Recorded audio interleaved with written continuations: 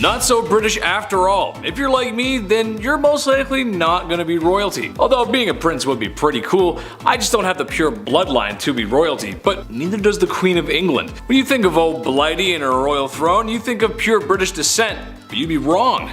The House of Windsor is actually Saxe-Coburg-Gotha, which, if you couldn't tell, doesn't exactly scream tea and crumpets. The German-sounding name became an issue in the early 20th century due to the First World War breaking out against two-time war loser Germany, Britain needing to inspire its citizens to defeat Germany, which at the time it was really anyone's game, so to help inspire the people, King George V changed the name to Windsor. After all, it's kinda difficult to fight someone when you have more in common than differences, not to mention that there were a lot of Germanic influences around, so really, it was a bad look and a great marketing decision. At number 9, Charles the Tampon?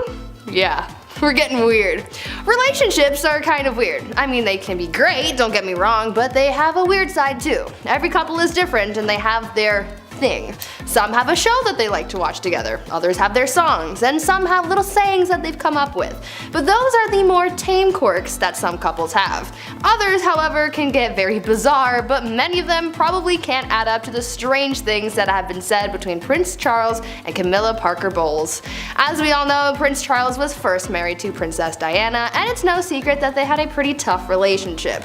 Theirs was certainly not a happy marriage, and they each had their own affairs with other people while they were married. During their marriage, Charles was still pretty hung up on Camilla, the woman he was told he couldn't have, and who was also married to someone else. This minor obstacle, however, didn't stop them from getting freaky, at least over the phone. In 1992, the year that Charles and Diana announced their separation, a steamy phone conversation between Charles and Camilla was leaked, and it was super weird. In the call, Charles was simping like no other, saying things like how he wished he could live in Camilla's pants as a pair of panties, and even expressed his desire to be Camilla's tampon. Like, what? Charles, stop it. Ew. This leak became a scandal called Tampon Gate, and as you can imagine, this wasn't good for the royals. But I guess it still kind of worked out for Charles, since after all that he finally got the girl he wanted and perhaps got to live out his dream of being a box of Tampax or something. I don't know. I really don't want that mental image. Moving on. Number 8. Comrade cousin? King George V and Tsar Nicholas II were rulers of vast empires in the early 20th century. You'd think the similarities between these two monarchs end there, but in reality, these two royal men were much closer than the public thought. Georgie and Nikki were first cousins. That's right, first cousins. Even though their respected empires were culturally different and separated by hundreds of miles, the two men were immediate family. Looking at images of the royals together doesn't require a DNA test to understand that they're related. They look identical and could easily be mistaken for twins. Unfortunately for Nicholas, when the Russian Revolution was in full swing, the Romanov family went into isolation after Nicholas abdicated his throne. While there were attempts to thwart the coup. Nikki's cousin wasn't the best aid. Just goes to show you that sometimes you can't rely on a guy who looks exactly like you because royalty has pretty messed up bloodlines. At number 7, killer date. What is the worst date that you've ever been on? What kinds of weird people have you met through your dating history? I'm sure there are some pretty wild and crazy stories out there, but I'm guessing that very few of them would even come close to the insane dating story from Princess Beatrice and how she literally dated a killer. In 2006, when Princess Beatrice was 17 years old, she got into a relationship with an American playboy named Paolo Luzzo. Paolo was an arguably shady guy, judging by the fact that he was arrested on a manslaughter charge before getting with Beatrice.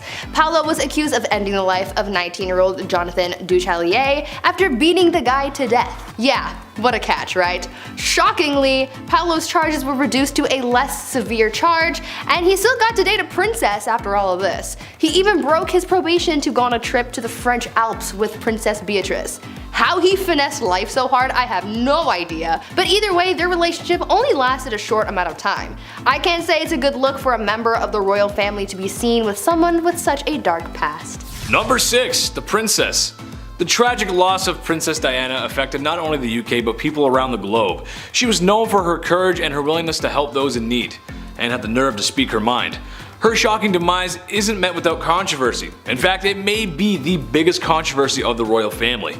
There is some evidence that points in the direction that the royal family was behind her death. Diana had proclaimed to her guards that her car was having issues and even stated in a private letter to her butler that she had some reasonable fear that her life was in danger. In a nutshell, the royal family disapproved of the princess's new lover, even though Charles had clearly been up to no good himself. So in order for Charles to remarry and stop the gutter storm and the tabloids that Diana was going to create, they maybe sort of organized the accident that did end her life. Well, good thing that's over, and after this, there won't be any more controversy for the family, right? At number 5, sucking toes. The British royal family are considered celebrities. I mean, with the amount of time people spend obsessing about their every move, I'd say that they're 10 times more famous than the Kardashians. They don't need their own reality show for people to keep up with them. People just do it. With this obsession with the royals, obviously comes paparazzi trying to get the latest scoop on members of the family and what they do in their spare time, as well as who they're canoodling with. This was how Sarah Ferguson was exposed for seeing other men shortly after she and Prince Andrew separated. Sarah was photographed topless on a beach with a man named John Bryan, and it could have just been a juicy story by itself, but things got weird when pictures were published showing the man sucking on Sarah's toes. This again wasn't a good look for the royals, and the queen was pretty mad about the whole situation, but I'd like to look at the bright side of this. Think that this John Bryan guy had a pretty good time throughout all this. I mean, he got to suck royal toes and be published in the newspaper. Sounds like a pretty lit time for him. Number 4, party time. British royals are people of high esteem, morals, and cut from a higher quality of cloth. So when members of the royal family are seen partying too hard, well, it's a bad look. Prince George, Duke of Kent, was one such royal. He became known for spending his evenings in the best hotels and ballrooms that money could buy, even sometimes wandering into venues that were a tad tawdry even by today's standards. What's more interesting than that is the prince living the life of a frat boy is that his promiscuous relationship with not only just women, but men as well. Add in substance abuse issues that would make Charlie Sheen blush, and you've got yourself one wild prince. Yet again, there's some private letters that seem to support such wild accusations. Unfortunately, he passed away in a plane crash that is shrouded in mystery, and the royal family is suspected of having a hand. Foreshadowing much? At number 3, the milkman's son. By far the most scandalous royal relationship of modern times was without a doubt Prince Charles and Princess Diana's marriage. We all know how messy their relationship was with the love triangle, the affairs, and Diana's confessions of how tough it was to be married to Charles. But one of the other pretty juicy secret scandals that surrounded the couple was the speculation that the couple's youngest son, Prince Harry, wasn't even Prince Charles's biological kid. In a tell-all interview with Princess Diana in 1995, she admitted to having had a 5-year-long affair with a military man named James Hewitt.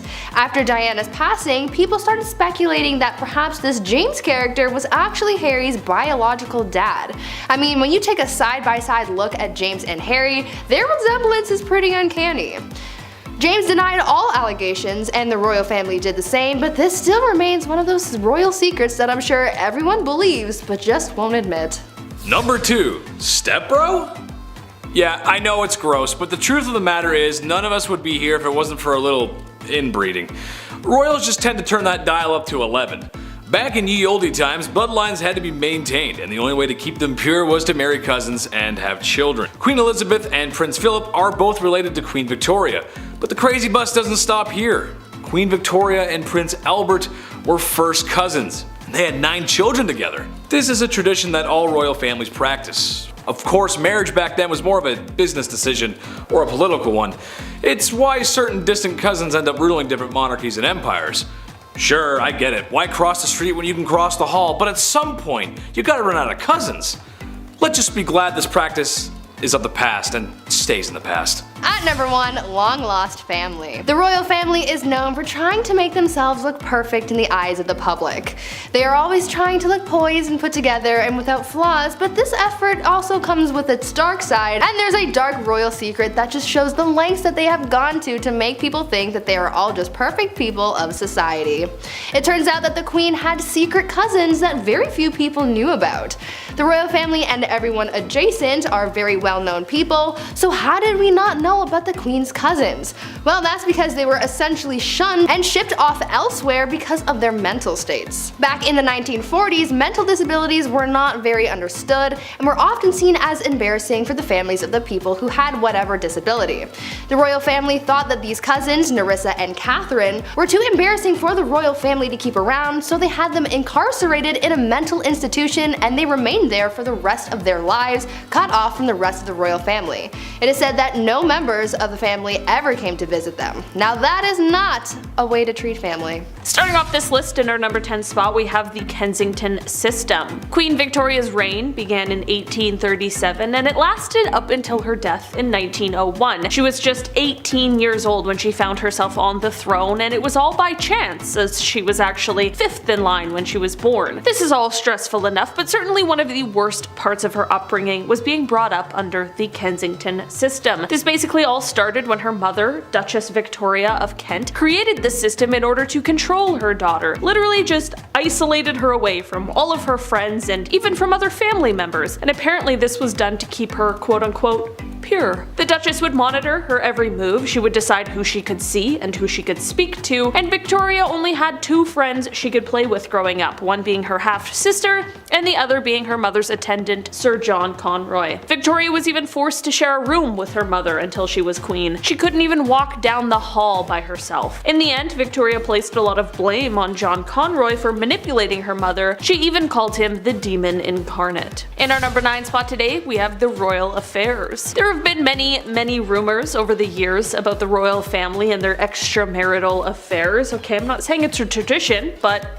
it happens a lot, and I'm saying this goes way back. So far back that one of the first accusations of this within the royal family dates all the way back to Henry VIII and Anne Boleyn. Since then, it has only continued with people such as Princess Margaret and Peter Townsend, Princess Anne and Commander Timothy Lawrence, and of course King Charles and Queen Consort Camilla, just to name a few. The latter of those definitely being the most famous, especially when the now king was confronted about it by his wife at the time, the beloved Princess Diana. Apparently, King Charles responded to the confrontation by saying, quote, "Well, I refuse to be the only Prince of Wales who never had a mistress." Maybe not the attitude to keep when you're speaking to your wife, who you're cheating on. I don't know. Guess I'm just not royal enough to get it. In our number 8 spot today, we have pets. As we all know very well, image is everything for the royal family, and that is down to the finest, smallest detail, including pets. It is well known that the Queen absolutely loved corgis, and how could we possibly blame her? Apparently, however, if a dog is not a corgi or a Labrador, it is socially looked down upon. Can't describe how insane that is. They're dogs. If you brought a dog who had just been rolling around in the mud everywhere with you, I could see why that wouldn't be as widely accepted among fancy social circles, but only giving the choice of a few random breeds seems kind of ridiculous. Apparently, Meghan Markle actually had to give up her beagle named Guy a few years ago before she joined the family, and then left it. I guess she can probably have whatever dog she wants now, so there's always an upside. In our number 7 spot today, we have King Charles I. Okay, this is one that goes way back and it really creeps me out. So King Charles I, right now we're on the 3rd, so we're taking it a couple back. King Charles I was tried for treason after the Civil War, and he ended up being beheaded in 1649. I guess in the 1600s everyone was beheaded, so this wasn't necessarily abnormal, which is certainly weird, but that's a history lesson for another day. The weird part of this, however, is that apparently his head was sewn back on his body so that he could sit for a portrait, or it was perhaps supposed to be a sign of respect. Either way, it's very weird and very gross. I feel terrible for whoever's job it was to do that, and I also feel bad for the artist who was forced to paint that. Talk about traumatic. It does certainly make sense though that people say that Charles' ghost still haunts a building, because there is no amount of haunting that could make up for being beheaded and then having your head sewn back onto your body. Okay, why'd we do the first part if we were gonna do the second? Could've just cut the middleman, you know? But instead, they cut his head off, okay?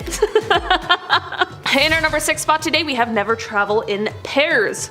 This is one travel rule that certainly makes sense, but it is really dark when you think about it. This rule is one that the British royal family, and honestly many people who can afford this sort of luxury safety, do nowadays. This tradition and rule is one that means that any heirs to the throne are not allowed to travel together. This is of course in case some sort of accident happens. Not every heir to the throne would be injured or perhaps killed. It's definitely very smart and sensible, but it has got to be grim, just constantly preparing for the worst thing to happen. It is of the utmost importance to the royal family that they preserve the line to the throne. Like I mentioned before, however, other people are now taking a page out of the royal book and are using this travel rule where possible. In our number 5 spot today, we have the Black outfit. Another travel rule that the royal family must follow is in regards to an item that they have to bring with them on all trips, whether business or pleasure. It is pretty unusual to see the royal family dressed in black, despite when a specific occasion calls for it, but every time they travel, they're required to bring an all-black outfit with them. This is to prepare for the worst case scenario. If they are away on a trip and somebody important to them passes away, they need to ensure that they are ready with the appropriate clothing for when they're able to touch down on their home soil. This is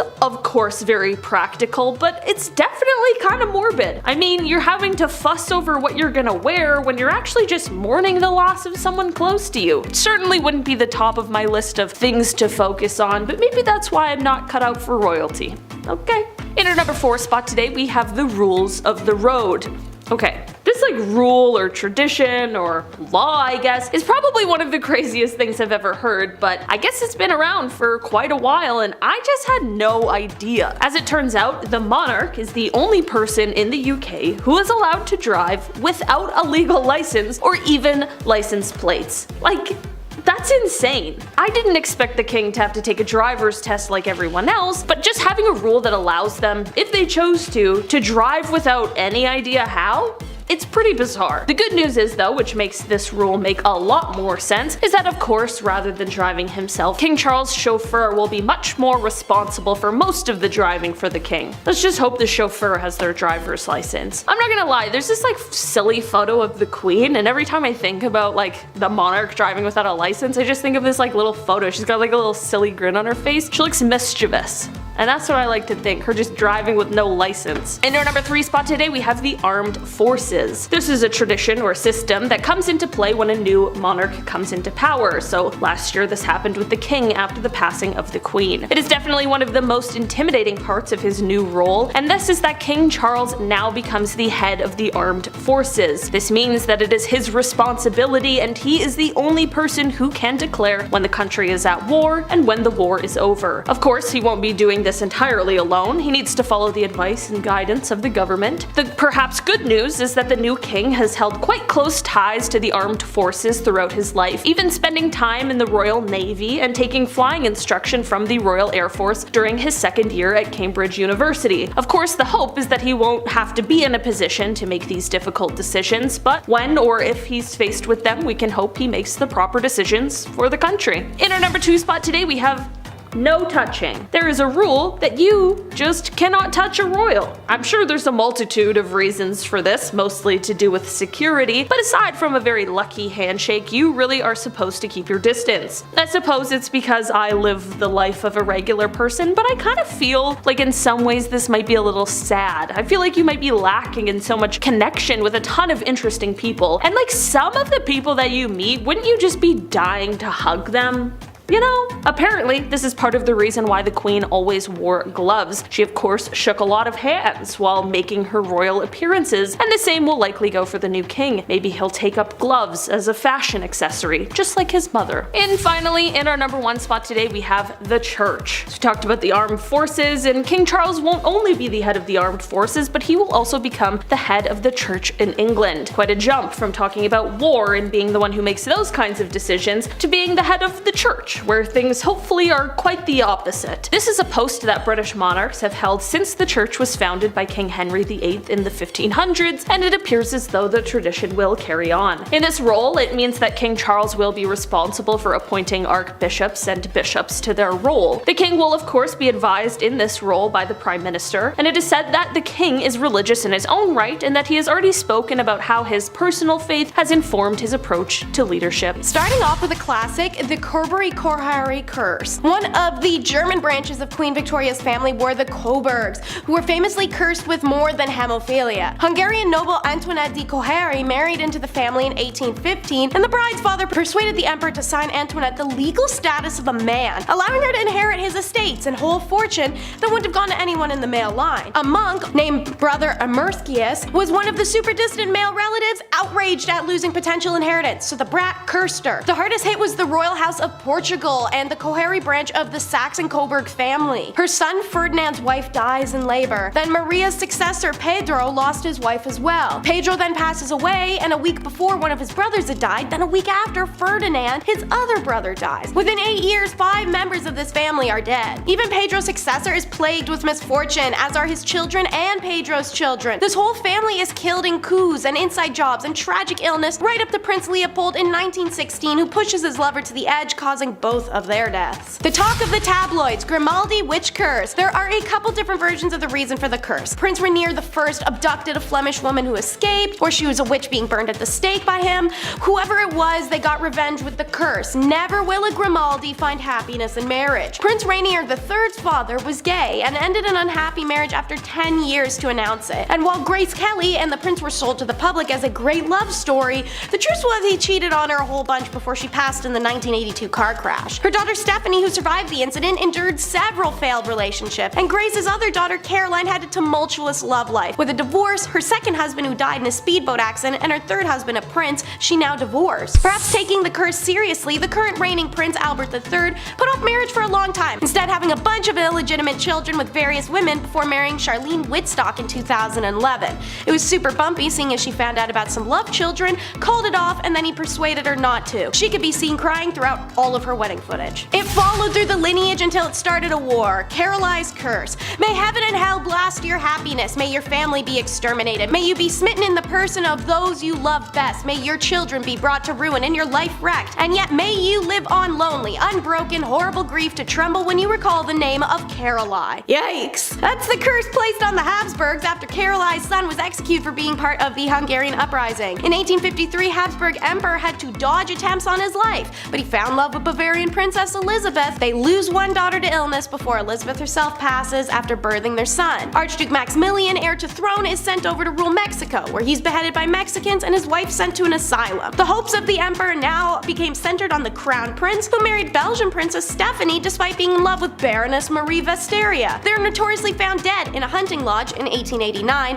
and it's ruled they've taken their own lives with no investigation ever done. The case is still known in Austria as the Mayerling mystery. I could keep going through generations of this curse, but I'll say it hits its crescendo with the killing of Archduke Franz Ferdinand, and we all know what happens and what started that. Next up, the prophecy as promised. Amamalama placed a curse on the Raja Wadiyar of the Mysore kingdom in the early 15th century when he came to take her husband's throne. She had fled, taking her jewels to the nearby town of Talakadu, and when the officials came to apprehend her, she spoke a 3-part curse before jumping into the Kaveri River to end her own life. The curse commanded Talakadu become a barren expanse of sand, and for the Malagangi, a village nearby the river, to turn into an unfathomable whirlpool. And she condemned the kings of Wayadar's family to not have any children for eternity. While the events don't play out exactly as she demanded, they came eerily close. Talakadu became a desert-like place. The river near Malagangi commonly sees whirlpools, and the Wadiyar family has only birthed male children in an alternative generation, which makes it difficult for kings to have direct heirs. Historian Dr. A. Verarapa explains that if we take a scientific view, there's no scope for a curse. But if you observe the Wadiyar family tree, 6 rulers since the 17th century have been adopted sons or nephews. The Wadiyars have too acknowledged this fact. But has the curse finally been broken? In 2017, India TV reports the current ruler, himself one of these adopted sons, and his wife welcomed the first Wadiyar baby in 54 years. It's one we all know, and we can probably sing, "Rah rah Rasputin warned them." The Romanovs were the last royal family ruling of the Russian Empire, and they had ruled the country for 400 years. Obviously, by the 20th century, it's about time for some change, and the Romanov dynasty was facing some serious challenges. I mean, we got World War I raging, famine and war-stoked aggression groups, and the Romanovs' only son, Alexei, was the sole heir and had hemophilia, which was a huge issue then. But Rasputin was able to keep the boy from dying on 5 separate occasions. Needless to say, from the perspective of the Romanovs, Rasputin was the only thing keeping the dynasty and empire alive single-handedly. Rasputin, however, issued a prophecy early in his life, before he even met the Romanovs. A vision that if someone killed him, their entire family would die with him at the hands of the Russian people. He made sure to be a broken record about this too. Well, his warning failed to discourage discouraged Felix Yusupov, who poisoned, jabbed, pew-pewed, and strangled, then drowned Raspy. And Felix was the cousin of the Tsar Nicholas of Romanov dynasty. Just like that, Rasputin's death was the end of the Romanovs, as just a few months later, the Russian Revolution swept the monarchy out of power, executing all of them and making Rasputin's prophecy come true. A lesson in theft: the strawberry tiara. Why theft? Because a lot of these stolen jewels are the cursed ones, and it's not clear where the curse of the Hesse-Darmstadt comes from, but the court jeweler points to the strawberry tiara as the culprit. The tiara was designed by Prince Albert, husband of Britain's Queen Victoria, for their daughter Princess Alice to wear on her wedding day. But before he could see her walk down the aisle in it, Albert died of typhoid fever at 42. Alice wore the tiara at her wedding and brought it to Hesse, where exactly 17 years later to the day of her father dying of the disease, Alice died of typhoid, but not before watching one of her daughters suffer and die of it as well. Alice, like Victoria, carried the gene for hemophilia, and through her daughters, Alice passed it on to the Spanish and royal families with tragic results. Perhaps none of that was down to a curse on the strawberry tiara, but then in 1937, 5 members of the Hesse-Ducal family were flying in a relative's wedding when the plane crashed while they were trying to make an emergency landing. Everyone on board was killed, and the strawberry tiara was recovered from the wreckage in one piece. This time, a curse waits 10 generations. Nepal had become a sovereign nation in the 1700s, ruled by Prithvi Narayan Shah, and there are 2 stories for how he became cursed. Both begin with him coming across a supposed hermit. Either what the hermit offers the king food, which he refuses, or the king offers the hermit a bowl of curd, which he eats and then tries to exorcist vomit on the king, who obviously moves out of the line of fire. Either way, the hermit is actually revealed to be the god Gorakhnath, and he was pissed. So, King Shah is told his line would fall after 10 generations. Horrifically, on June 1st, 2001, the then King Nepal Biryendra Bir Bertram Shah Dev and most of his family were together in their palace. For reasons that are still not clear, the Prince Dipendra, the king's son and heir, entered the room loaded with weapons and killed 9 people, including his father, mother, brother, and sister. Dipendra then tried to take his own life and ended up in a coma for 2 days, during which, because of how monarchies work, he was officially Nepal's king by default. Dipendra then dies and the crown is passed to Birendra's brother before Nepal ended its monarchy in 2008. It lasted exactly 10 generations. How a curse of twins led to Zulu defeat? Maybe. The Zulu people had a belief that twins were cursed, and Makabi and her sister Mamana were allowed to live because their father, King Jama, who loved his precious daughters too much, he just couldn't fulfill that obligation. His subjects were not impressed and proceeded to blame everything bad that happened to the Zulu on the curse the sisters carried by being alive. They even blamed them when their own mother died, which was bad news for the clan, seeing as she hadn't provided a male heir before her soul's departure. Makabe continued to buck tradition. When her father died, she became regent for the young half-brother that she had, even though no woman had ever held that position before. The Zulu called her a bloodthirsty despot, but she did step down voluntarily when her brother was old enough. 20 years later, his son, Shaka Zulu, Mayabaki's nephew, would ascend to the throne. Shaka was both a very successful king and a very, very, very violent person. He had a thing for killing his own people by the thousands for no reason. So, Mugabe, she arranged for his brothers to kill him. As he died, legend said he cursed the Zulu. "You will never rule this land. It will be ruled by the sparrows, who will fly across the sea and build their nests high on the cliffs."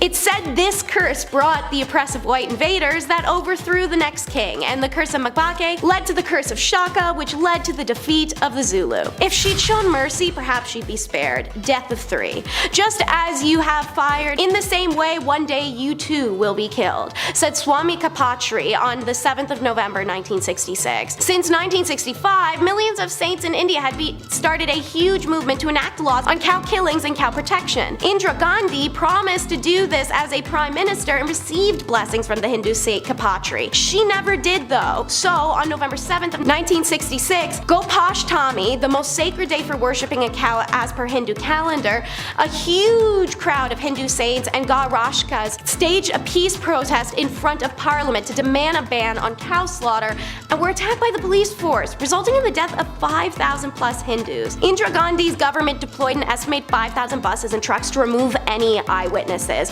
refusing to shoulder any responsibility for the attack and blaming it on the Home Minister. This is when Karpatri, devastated, curses her to die the same way she let the Hindus die that day. True to his word, Indra Gandhi is killed by her own bodyguards, the exact same way. And now, I hope you are ready for some curses on curses on curses. Pelops, he's going to marry the princess. He offers a servant a night with her if he helps kill the king. Naturally, it's a total double cross, and once the king is dead, the servant is ordered to be executed by Pelops. So, So, this basic-ass servant curses Pelops' entire family and even backdates the curse to splinter reality. Tantalus questions the Olympics god's powers and kills his son, King Pelops, and feeds him to the gods while saying it's ox. The gods go, no it's not, and then he's the one cursed to stand in a puddle and he can't drink it, and then he's under the fruit he can't eat forever in the underworld, thus the word tantalize. Third generation, Pelops had 2 sons, Atreus and Thyestes, who then kill their half-bro so they don't gotta share the kingdom with them. Thyestes starts sneaking off with Atreus' wife, so Atreus cooks his sons and feeds them to Thyestes. What is with this family doing that? Atreus himself fathered 2 sons before he was killed, named Agamemnon and Menelaus.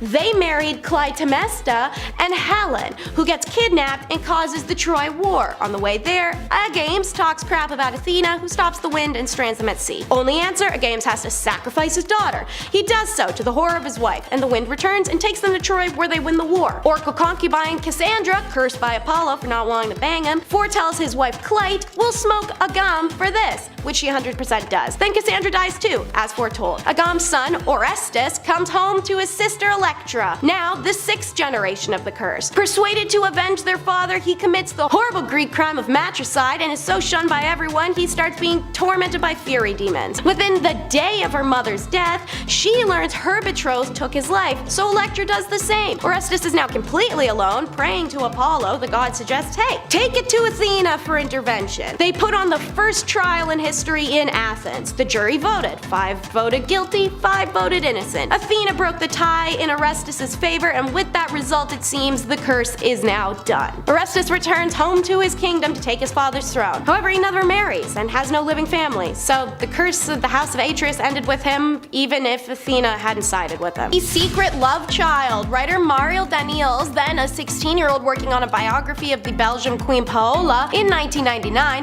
casually discovered, the then reigning King Albert II fathered an illegitimate daughter during an affair that lasted 18 years. Casual stuff, you know. She was born Delphine Bowles in 1968, daughter of Baroness Sybil Delcilius Longchamps, and from an early age, Delphine did know who her biological father was. Albert, who she nicknamed Papillon, was a constant presence in her childhood, even taking her on holiday. Though apparently an open secret in royal circles and the reason for marital troubles between the king and the queen, the story only became publicly known in 1999. Delphine had been speaking with Albert her whole life up to this point, who then reassured her that it would just blow over. But then in 2001 his tone changed. He told Delphine he wasn't her father and broke off their contact, leaving her in a state of shock. She eventually launched a legal action to secure recognition in 2012, but it dragged on for years as Albert continued to deny paternity. But when he stepped down from the Belgian throne in 2013, he lost legal immunity, so off the court they went.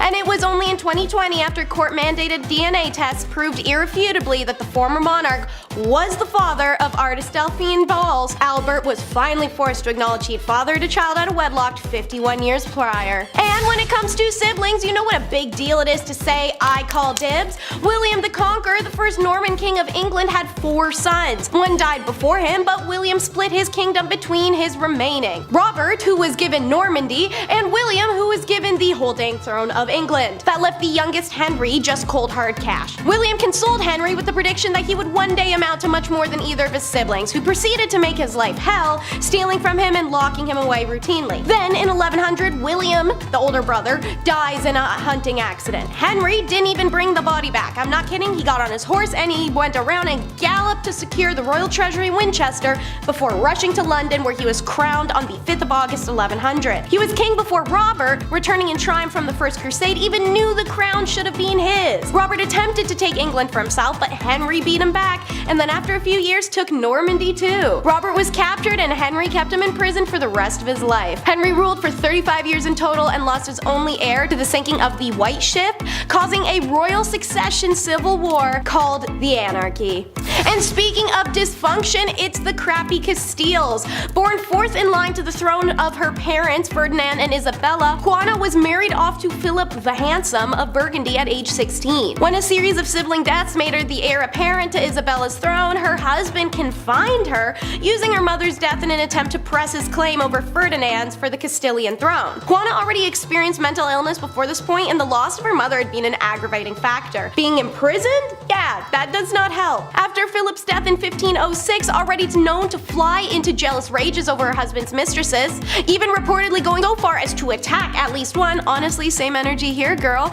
Juana refused to part with her deceased husband's remains for a disturbingly long time and was said to have opened her husband's casket to embrace and kiss him. Juana's confinement continued for another decade after her father's regency until he died. Unfortunately, Juana's husband Philip had spread rumors about her madness when he was still alive, and her behavior after his death didn't help, so her son Charles, who became the Holy Roman Emperor, eventually took over for Juana as regent and then monarch. From then on, it was him who kept her imprisoned and created a fictional world to keep her isolated. No one actually knows if she was crazy or just experienced depression and lived in an era where men undermined her intelligence and constantly threw distressing BS her way. Next up is two sets of dirty duos. The extreme punishment of a perceived disgraced royal woman stretches back at bare minimum to, dawn of time. Yeah, we haven't had a lick of peace since men started making rules, to say the least. In 1314, the high-spirited Marguerite and Blanche of Burgundy, daughters-in-law to King Philip of France, were accused of having scandalous liaisons with two brothers, Philippe and Gaultier d'Aulnay. According to historian Alison Weir, the notorious Queen Isabella of England was the gossip girl who outed her pretty careless sister-in-laws out of wedlock romps, which took place primarily in the Parisian tower called Tour de Nesle. Blanche and Marguerite both admitted to their adultery because it was that or death, so I mean, their erasure from public life was swift. They had their heads shaved and they were tossed in the rich white girl dungeon, which isn't that bad. Meanwhile, this is the one time in Western history where the men actually faced a pretty harsh adultery consequence, something usually found in every other area of the world. The brothers had their elephant trunks and boys chopped off while they were awake and alive, and then their nether regions were thrown to dogs, which they had to watch the dogs eat before being brutally executed. Marguerite, technically Queen of France upon her husband's ascension to throne, died in 1315, and Blanche languished in captivity, whereabouts barely known, and died in 1326. Modern day monarchy wouldn't be complete without a tax fraud family. 2014, the dubbed philandering playboy king Juan Carlos of Spain, found his popularity plummeting. His initial ascension to throne in 1975 had been wondrous, but now following reports of his messy affair and exuberantly lavish lifestyle in the midst of Spain's economic collapse, he abdicated the throne in favor of his son Philippe. His daughter Infanta Cristina stirs the pot, charged with tax fraud in 2014. Although she was acquitted in 2017, she was stripped of her title and left Spain for Switzerland. But it was her husband's turn, I guess, because the former handball champion was convicted on charges of embezzlement, fraud, and tax evasion and sent to prison in 2018. Since then, Spanish prosecutors launched 3 separate investigations into the former king over allegations including corruption, money laundering, credit card fraud, and kickbacks, though all were dismissed earlier this year due to insufficient evidence, the statute of limitations, and of course the monarch's constitutional immunity. In a recent case, Seguin Wistin has sued him for using Spain's spy agency to threaten her, and in 2020 he was stripped of his Spanish stipend and went into self-exiled in the UAE. First, the great-grandmother, an imprisoned princess. Starting in 1682, Princess Sophia Dorothea of Saly married the basic B-word George of Hanover. She didn't like him, his stupid court, or the mistress that dominated his life, so in 91 she starts her own affair with Philip Christoph von, hard last name, it sounds super Scandinavian. They're naturally very stupid and their love letters get intercepted by Clara, Countess von Platen, who was Sophia's literal mistress-in-law, and Clara tells the whole royal family, who act like a mob and hire 4 dudes to kill Philip right outside of Sophia's apartment, in her line of sight. Then they took Sophia's kids away and told them to forget her existence. They imprison her at Alden House in Germany, and to save face, Sophia Dorothea is titled a duchess, allowing her to administrate over a small village, receiving dignitaries and other religious figures in her gilded cage, although she was only allowed to walk or ride on short bits of the road. It's said that the notorious hateful relationship between George I and his son George II was the cause of the disrespect towards his mother Sophia. She had died at Alden House in 1726, largely forgotten, and her legend would only resurface a few decades later due to a scandal that swirled around her great-granddaughter, Catalina Matilda of Great Britain, the sister of King George III. Now, the great-granddaughter, Queen of Tears. In 1766, at the age of 15, the daring and eccentric Catalina Matilda is married to cousin King Christian of Denmark, who suffered from being a massive insipid turd who grew up with untamed anger management and insecurities that made him into a deranged bully as an adult. Christian treated Caroline exactly how you would imagine from that description. He even delayed consummating their union for years, which is wildly unheard of. She traveled alone, no maids or family or rich folk stuff, to Denmark from England, and no one even told her he was a nutcase who would hate her. Yeah, no, by 1770 she was having her own affair with Johan Friedel Strussing, and the two lovers soon scandalized Europe by essentially taking over Denmark, issuing reforms and infuriating the nobility. Caroline Matilda was riding high, striding through the court in men's clothing, subverting the patriarchal codes of the day. In 772, Denmark's Queen Juliana Maria orchestrated a palace coup, and the increasingly tyrannical Johan is executed in April. Catalina Matilda is banished and disgraced. Her unacceptable conduct convinces her brother George that he could not welcome back this criminal sister into the English royal family. Ripped away from her children, she is sent to Celle Castle in Hanover, and like her great-grandmother, put under a sort of Gentile house arrest. Unlike her great-grandmother, she is allowed to walk through town, earning praise from commoners for her kindness and charity. Because it doesn't count as a crime if he did it to himself. Most of the information we have about Crown Prince Sado, born in 1735, comes from the wife's autobiography, Queen Hayajian, written in 1805. She recalled what happened as his disease progressed. Prince Sado's mental health further deteriorated by 1757, following the death of the Queen and his adopted grandmother. To release his emotions and frustrations, Sado began to beat the court eunuchs and staff. When that wasn't enough, he began to kill. Here's what his wife's account was of that. The first person he killed was Kim Hachia, the eunuch who happened to be on duty that day. The prince came in with the severed head and displayed it to the ladies in waiting. The bloody head, the first I ever saw, was simply a horrifying sight. As if he had to kill to release his rage, the prince harmed many ladies in waiting. I suffered so for this. His illness seeped deeper and deeper. Now that he was killing people, our quarters became a house of horrors, in which no one could be certain that they would not fall victim next. Eventually, Prince Sado kills his favorite mistress and threatens his own sister. In 1762, realizing the disgusting conduct would ruin the Korean family, his mother appealed to his father, and they had to eliminate their own child. Since tradition dictated that his wife, Lady Hyajong, would have to die as well as their son if they punished Prince Sado, the king came up with a bizarre solution to safeguard the daughter-in-law and heir. On a sweltering day in July, the king forced Sado to step into a rice chest that would then be locked. So that way, technically, the disgraced prince had caused his own death. He died 8 days later. And I can't even give you a funny title for this one because it's just a lot. This is the Crop Top King. King Maha of Thailand, crowned in 2019, is a philandering train wreck hot mess. When his third wife dumped him, he tossed her parents in prison for 2.5 years for royal defamation. His earlier 2 marriages were equally rocky. He allegedly fathered 5 children with a mistress during his first marriage to his cousin, and then married said mistress. Later he dumped her and made her flee the country. When he was crowned prince, taking a page from Caligula, he appointed his pet poodle Fufu to the royal air chief marshal, then held 4 days of Buddhist funeral rites when the poodle died in 2015. He even took the pooch to a 2007 reception hosted by His Honor the US Ambassador Ralph Skip Boyce. Then there is the 70-year-old king's fondness for wearing crop tops and temporary tats. Check out this sick pic at an airport in Munich, strutting his stuff with a rolled up tank top, sagging jeans, and fake tattoos with the poodle in tow. Call this king a queen cause he is serving! Belly-bearing bets have become the garment of choice for many young Thai pro-democracy protesters in rallies in recent years. They are looking to limit the powers of the king who has become the richest monarch in the world, partly by amassing personal control of an estimated 43 billion in royal assets in 2018 that were historically overseen by an agency meant to manage the money for the benefit of the Thai people. His response for this was to ban crop tops.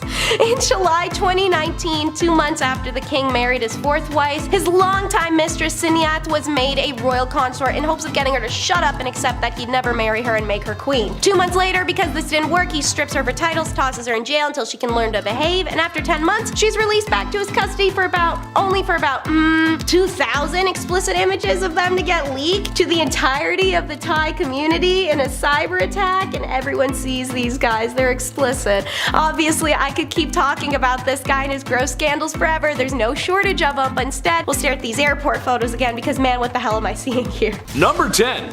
What a drag. Bachelor number 1. What would you do if I refused to marry you? Well, I would probably get quite violent and lead to the destruction of 10,000 lives at the Battle of Hastings. Might just drag you around by your hair and see where the night goes. William I, or more appropriate, William the Conqueror, was a fierce warrior and the first Norman king of England. Being the illegitimate child he was to the throne, some people didn't exactly respect the power moves old Willie was making. People rebelled, and he crushed them. Oh, and there was this one time that he fancied a woman named Matilda. Being the respected woman that she was, she declined Willie's advances. Willie, not taking no for an answer, promptly dragged her around by the hair until she agreed to marry him. Gee, what a swell guy. Number 9. Let them eat cake. France had seen better days in the 1790s. People were starving, the economy was bust, and for some reason the poorest citizens were being taxed the most. When cries were made from the people, they demanded that change be made. King Louis XVI, being the great leader he was, he listened to the people and there was no problem ever again. Oh wait, he did nothing and the country had a bloody revolution. The man supposed to be leading his people failed to act. In fact, he did less than nothing, often trying to silence the riots by force. But when people are very hungry, and you're living fat with high society, you can lose your head in all that chaos. While the famous quote, "let them eat cake," may not have actually been said, it's a good reminder of the disconnect between the upper class and poor. Leaving your people to starve isn't the best idea if you want to be a king for a long time. Number 8. Cashback. King George III had a simple ask of the American colonies. Right then, we just saved you all from the French and Indians, so now it's time to do the right thing and pick up the bill. Britain introduced new taxes on the colonies in order to pay back what it had spent on the previous war. But in reality, he was asking the colonies to pay up without much in return. Basically, I'm the king, I saved your skins, give me more money, which most people at the time couldn't afford. And I'm still gonna boss you around. The British Empire may have been victorious, but it was the colonists who felt all the effects of the war and the economy. This happened multiple times before some patriots had had enough and decided to act. And what he did when the people he was forcing to give money spilt a little tea? Well, he sent British troops for a semi-friendly military occupation. I'd hate to loan this guy a nickel. Number 7. Terrible Ivan. He wasn't called Ivan the very friendly and generous and would for sure never cause any harm to anyone ever. He was Ivan the Terrible, and for good reason. His actions are very unholy. Let's start with the fact that he killed his son's pregnant wife. And when his son came to confront dear old dad, his son was struck with a pointed staff, killing him in a fit of rage. A legend tells us that once St. Basil's Cathedral was finished construction, he was so pleased with the architect, to reward him for such magnificent work, Ivan gouged his eyes out so that no one would ever design something so beautiful again. His paranoia also caused the slaughter of Novgorod, where after he was done claiming thousands of lives, he burned all the fields just for good measure. Wouldn't want all those dead people farming without your permission. Should we tell him about the other world monuments? Number 6. Off with her head! Henry VIII is more well known for how he treated his wives more than his leadership. With a reign of over 20 years, the man had a few wives. 2 of his wives were executed for ridiculous reasons, another was divorced. Turns out, actually, the church wouldn't grant that divorce he was looking for. So Henry went and did the next best thing. He broke away from the Catholic Church and dissolved the monasteries, taking their wealth and redistributing it as he saw fit. Nothing is unholier than trying to get away from the church. Historians believe that his divorce actually led to the English Reformation. Number 5. Nothing left. Alexander the Great was an excellent warrior for his time. Having conquered so much at a young age is really quite impressive. His empire stretched from Greece all the way to India. For a history class or a good book, this is fine, but in reality, he was a conqueror. The places he was marching into weren't exactly happy to have spear-wielding visitors. He laid siege on multiple cities, executed those who defied him, and sold people into YouTube's least favorite S-word. Just about checks off everything a guy needs to be considered a tyrant. History remembers his conquest, but I for sure will not forget how brutal conquerors can really be. Number 4. Chop chop. While Maximilien Robespierre was not a king in the monarch sense, he did hold a lot of political power in France when the political climate was quite messy. Plus, France was at war. But even messier than that is the way he dealt with citizens who were deemed anti-revolution, by sending them to the guillotine. Within a 1-year period, he sent 17,000 people to their dooms via the National Razor, or as it became to be known. He even began practicing deism, something he called the cult of the Supreme Being. And if you know your history, you know that you can't get away with that forever. And with some sweet poetic justice, Robespierre was sentenced to the guillotine. Number 3. All my friends are dead. Usually when people expire, the human thing to do is bury said lifeless human. It's just what we do.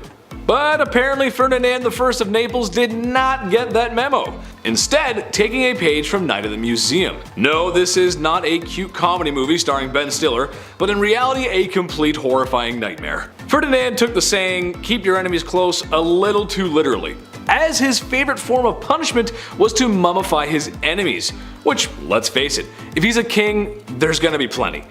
And he would like to display these mummies in what's probably the coolest place to be if you're into that weird goth stuff. He did keep some alive in the dungeon, but he much preferred his guests embalmed, where he would have them dressed up on display, just as they were before making the mistake of crossing Ferdinand. Now, what's the point of having that hardcore collection if you're not going to show it off? Well, he did. To the people he suspected of treason, which, in a place like that, treason leaves your mind pretty quick. Number 2. Average height for the time. Napoleon Bonaparte was one of the greatest military strategists of his time, maybe of all time. With full support of the French army, Napoleon found himself earning gallant victories one after another, all being accomplished at a very young age. However, after years of great success in multiple wars and kicking a lot of imperial butt, it started to go to his head. Shortly after the coup that overthrew Robespierre, Napoleon had gained enough support to claim himself as the Emperor of France. With said power, dissolved the freedom of press, reduced the rights of women, and oh yeah, he was at war with most of Europe for years to come. While his military victories cannot be understated, his rise as a tyrannical dictator makes him very unholy. Number 1. Dracula. There's been a lot of unholy things said here today, but old Vladdy takes the cake. What he lacked in land and power, he made up for in his brutality. As the legends go, Vlad was creative in his punishments, and was well noted for his human art pieces. And by art, I mean impaling his enemy on pikes, sometimes through their rear ends, and leaving them as warnings for anyone who dared cross him. Similar to the time visiting envoys wouldn't remove their hats as it is to do in tradition, so Vlad had their hats nailed to their skulls, so that they may never remove them. There are a few other stories that are just too hot for YouTube, but I think he's a textbook example of unholy. He may also be the inspiration for Dracula. Imagine being that much of a monster one is created in your likeness. I mean, just looking at the painting of this guy creeps me out, man. Whoa! Kicking off our list at number 10, Princess Diana. We'll start with a tragedy right off the gate. Here we go. Prince Charles, the oldest son of the Queen, he straight up admitted to having an affair with Camilla right before his divorce from his first wife, Princess Diana. So, in turn, Princess Diana addressed that relationship and what exactly happened.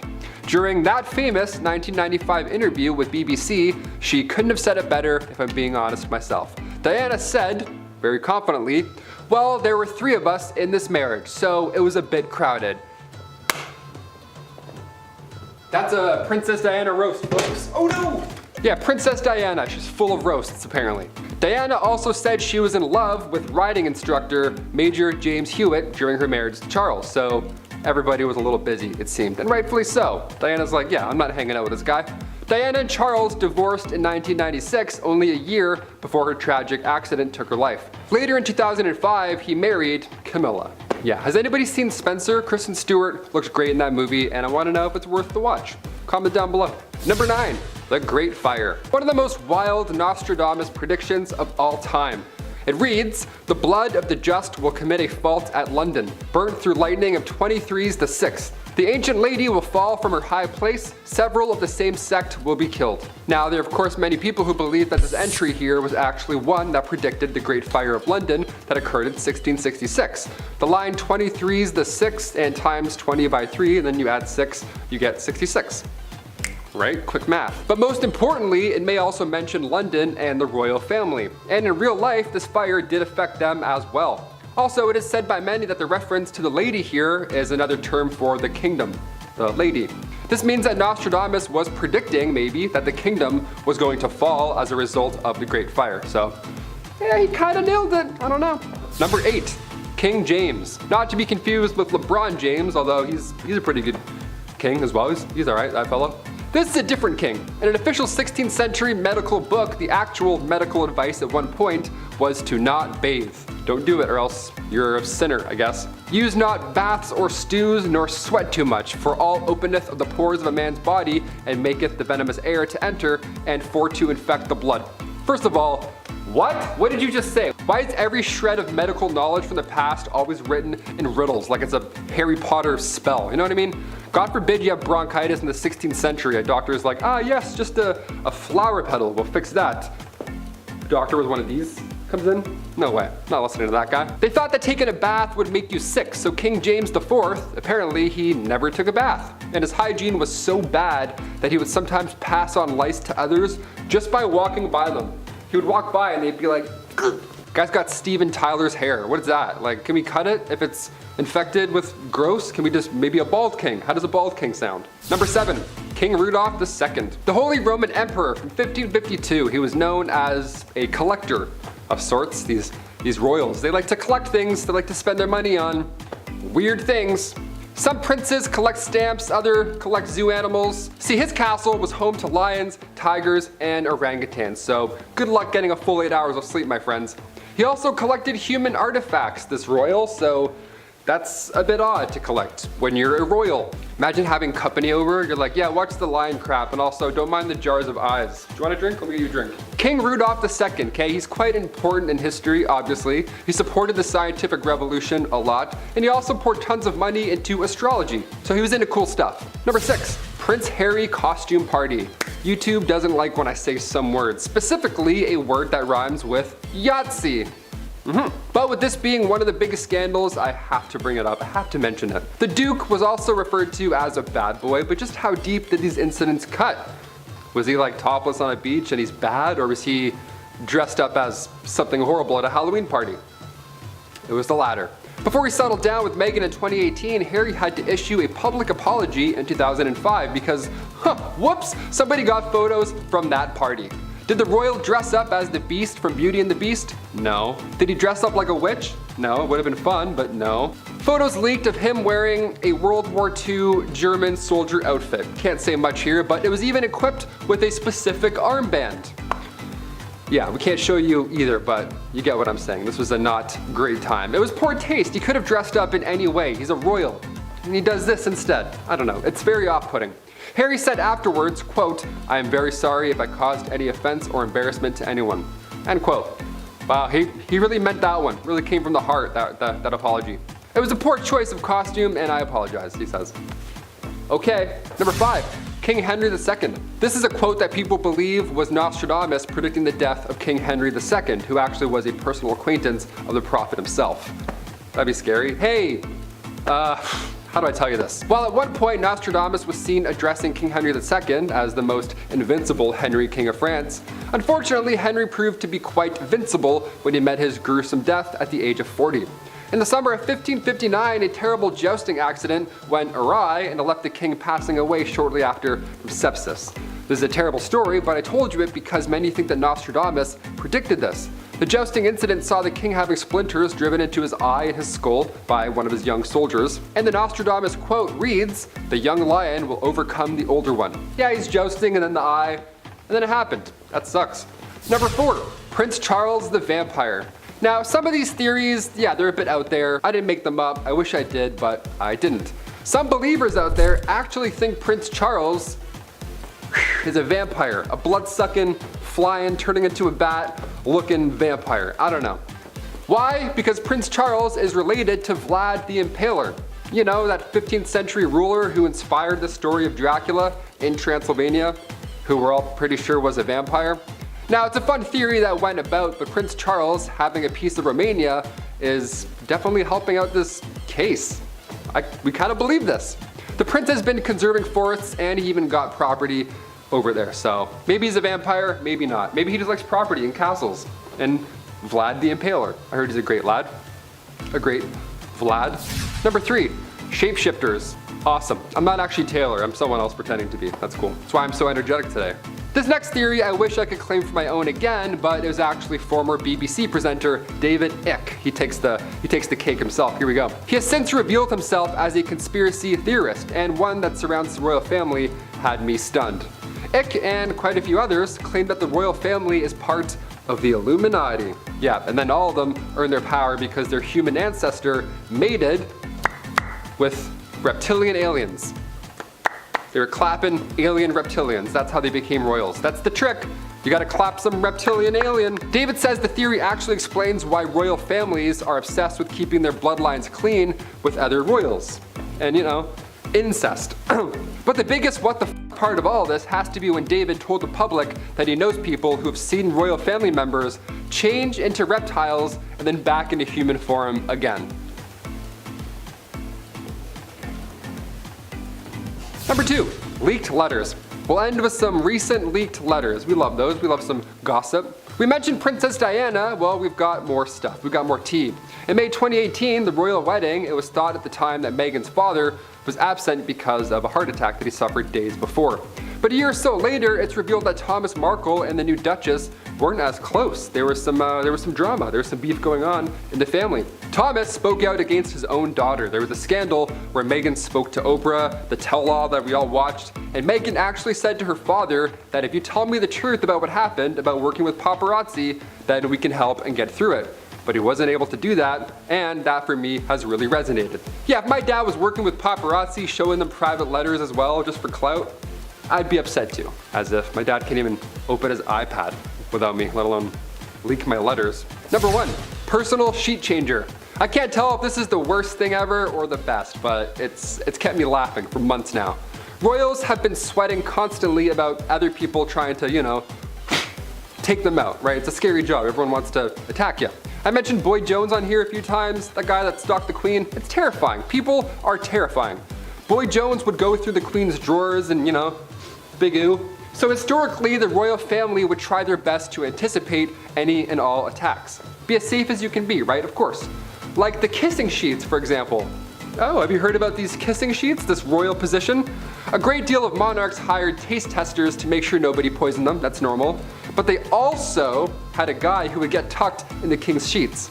I would much rather have the latter, know what I mean? King Henry VIII hired somebody to make sure the bed wasn't poisoned. So you were required to make the king's bed every morning, but you also had to rub all the sheets down everywhere before bedtime. You'd have to kiss the bed sheets to make sure they weren't poisoned. Yeah, sleep tight. All safe here, boss. Here we go. Don't mind the old medieval dad breath all over your pillows. You're safe for the night. That's so gross. I can't even sleep in a hotel sometimes, let alone some dude. Mwah, mwah, mwah, mwah. Mwah, mwah. I'm like, what are you doing? Get this guy out of here. Why is he kissing my bed? Clothes as well. That was also touched. Maybe not kissed, but it was for sure touched. Guys wearing my clothes in my bed, kissing my sheets? No way. I think I'd rather get poisoned. Take my jeans off. Get out of there. At number 10, some background. The Mughal dynasty in India was founded by Babur, a descendant of the one, the only, Genghis Khan and Tamerlane. After he defeated a sultan of Delhi named Ibrahim Lodi in 1526, Babur was the first step in the Mughal dynasty that would last for over 3 centuries. To say that the empire was immense is an understatement. The empire ruled over 103 million people, probably even more. The Mughals were rooted in Muslim beliefs and were noted for their well-organized government and cultural sophistication. Many of the rulers tried to integrate the Hindus and Muslims under one state, but as we will find out from this list, it was not an easy thing to do, which ended up causing a lot of strife. Many rulers of the empire flip-flopped back and forth between being merciful and tyrannical towards the Hindus, adding to centuries of oppression. At number 9, blinded. Humayun was set to inherit the throne from his father, much to the jealousy of his brothers.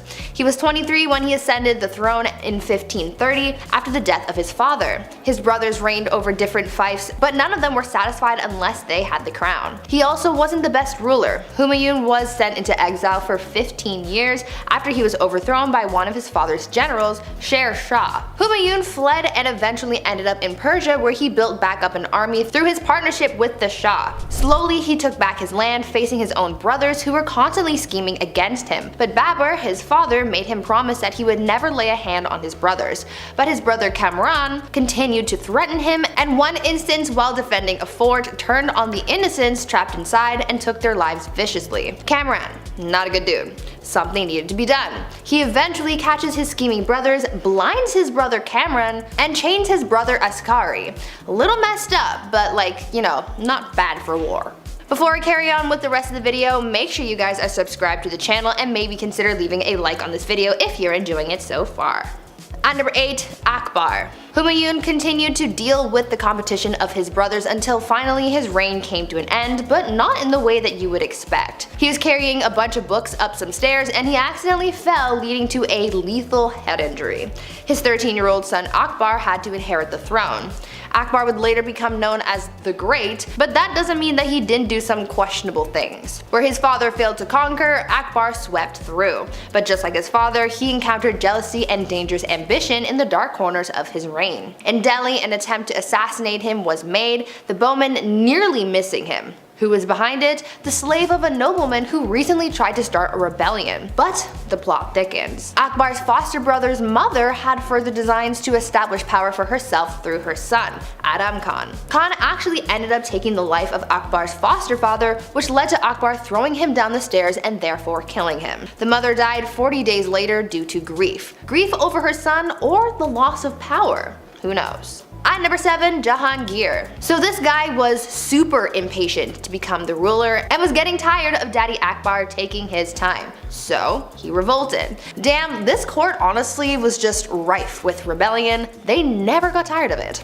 In 1599, while his father was otherwise engaged and away from the palace, Prince Salim led a revolt. During the revolt, he even skinned a man alive. Akbar was pissed about this and wrote to his son and said, quote, "I have never skinned a bird alive in my life, and you have treated a human being in this manner." Jahangir then went on to conspire against a close advisor of his father named Abul Fazl, whom Jahangir killed in a small battle. Despite Akbar being devastated at his son's behavior, he was the only male heir left to inherit, so on Akbar's deathbed, he forgave his son and implored the nobles to recognize him as a leader. At number 6, sewed to an ox. Now Jahangir was emperor, but the trouble didn't stop there. I saw some sources recognize him as a somewhat benevolent figure, while others said that he was the exact opposite. He was pretty brutal, and his first task was crushing a rebellion against that which his own son began.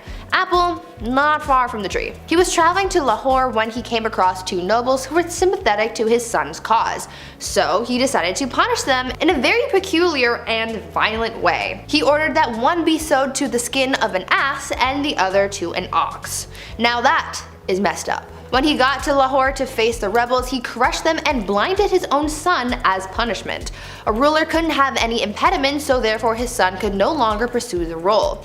Then he hung his son's followers outside of Taxali Gate. Yeah, so even within the confines of war, this guy had some pretty messed up ideas. At number 5, the horse and his boy. On the less violent end of the spectrum, Jahangir was actually a big fan of the arts, science, and worldly things. Unlike his father, who couldn't read and write, an interesting skill for a ruler not to have, Jahangir was all about it. He really wasn't interested in military, which was a task he left to his son. But he did inherit his father's wealth, and considering he wasn't working in the military, he had time to indulge his curiosity. In his memoirs, there are fantastic paintings of exotic animals. There's a painting of a zebra that has a very funny story behind it. The zebra was being taken as a gift to the Safavid Shah, and it was traveling through the port of the empire. Jahangir heard about it and had it brought to court first, and didn't believe that it was real. He thought that it was a painted horse, so he had people try and wash them off. Only when the paint didn't come off did he realize his mistake and ordered that the wondrous creature be painted.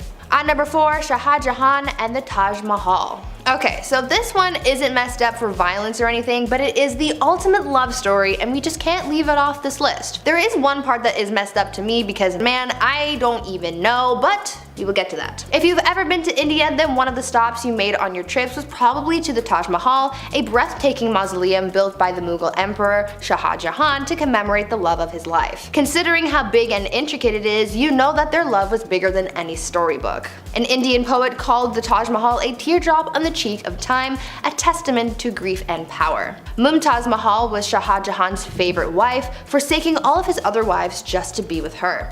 They went everywhere together, even on military missions.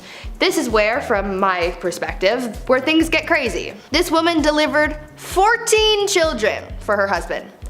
14. Sadly, whilst giving birth to the last, she passed away, inspiring her king to build this massive structure. Both Shah Jahan and his love are buried beneath it. At number 3, brothers at odds. Shah Jahan's rule was considered the golden rule of the Mughal Empire, so how do you top that? Aurangzeb did not even bother trying, and he kinda sucked. He was Shah Jahan's third son, and he was a very military-minded man, showing tactical and strategic military skill and unrivaled determination. Whereas his brother was a man of letters, and no, not the kind from Supernatural. Aurangzeb wanted power, and so in order to secure his rule, he confined his ailing father to his own palace, caused the death of one of his brothers, and had two more of his brothers, a son and a nephew, executed. He was literally committing fratricide left, right, and center. But it didn't matter to him because he gained control. His desire to prematurely end the lives of those who stood in his way was described as, quote, a wolf thirsting for the blood of his brothers, end quote. You would think that this motivation to gain power and rule on his own terms would mean that he had big plans for the empire, which in a way is true, but those plans and changes led to a lot of oppression, but we will get to that in a bit. At number 2, staked. Before we get into the oppression that Aurangzeb caused to his empire, let's talk about Emperor Farrukh Siyar. Farrukh Siyar was emperor of the Mughal Empire from 1713 to 1719. He was described as an incapable ruler who gave his power to all of his advisors. His rule caused many conspiracies and plots to arise within the court. He caused a lot of people a lot of pain for his plight for power. With the help of his allies, he gave many of his enemies the gift of the big sleep, but by far the most ruthless thing he did was kill Jahandar Shah and Zulfikar Khan Nusrat Jung. What made their deaths so brutal was the fact that when they went the emperor hung their heads on poles, and just to add insult to injury, he made their parents walk at their funeral. Luckily for the people of the Mughal Empire, Farrukh Siyar was killed by unknown assailants at the instructions of his close relatives, putting an end to his awful reign. And finally, at number 1, the Great Oppressor. Aurangzeb's rule sort of had two chapters to it. At first, Aurangzeb was a capable ruler of a mixed Muslim-Hindu empire who was feared yet respected for his vigor and skill, but around 1680, Aurangzeb's rule changed drastically in both policy and attitude. His once unified people of both Muslims and Hindus broke apart, and people of Hindu faith became subordinates, not colleagues. On top of that, Aurangzeb added some more oppression to the mix and not only destroyed Hindu temples, but he also reimposed the jizya tax on non-Muslims, after the tax was initially banned by Emperor Akbar. For the first 20 years of Aurangzeb's rule, he did not impose a tax, but all of a sudden he started demanding these payments, and historians believe that Hindu uprisings are what caused the emperor to act harshly towards the non-Muslim population. This discrimination caused a revolt to unfold that Aurangzeb's third son supported. Aurangzeb spent his last 50 years taking his aggressions out on the Hindus in the empire, and it's for this reason that he is remembered by many as a tyrant. Number 10. The pressure. As much as the royal family's existence is a complete sham, the power that is given to them by their adoring idiot public must reflect poorly on the nerves of the staff. Like it or not, which I don't, these losers are the face of an entire country, and so if you make a mistake while working for them, suddenly you've just spit in the country's face. There have been a number of instances where members of the staff have come forth with stories of what it's like to work for these middle-aged children, and every single time it's been embarrassing. Most of them are going to be sources of points on this list, but hey, you know, the pay's worth it, right? Number 9. How to Call the Queen to Dinner. On June 3rd, 2011, a documentary was released detailing exactly what it's like to work as a royal servant. It details the hardships faced by members of the staff, but one stood out to me in particular because of just how utterly pathetic it was. In the documentary, one former staff member recalled how he'd called the Queen to dinner by stating, "Your dinner's ready." Oh my goodness, how could he say that? Doesn't this loathsome worm know that the proper way to call baby for din-din is to clearly state, "Your Majesty, dinner is served"? Oh, and you'd better not forget their bib, lest baby make boom boom. But hey, the pay's probably worth it, right?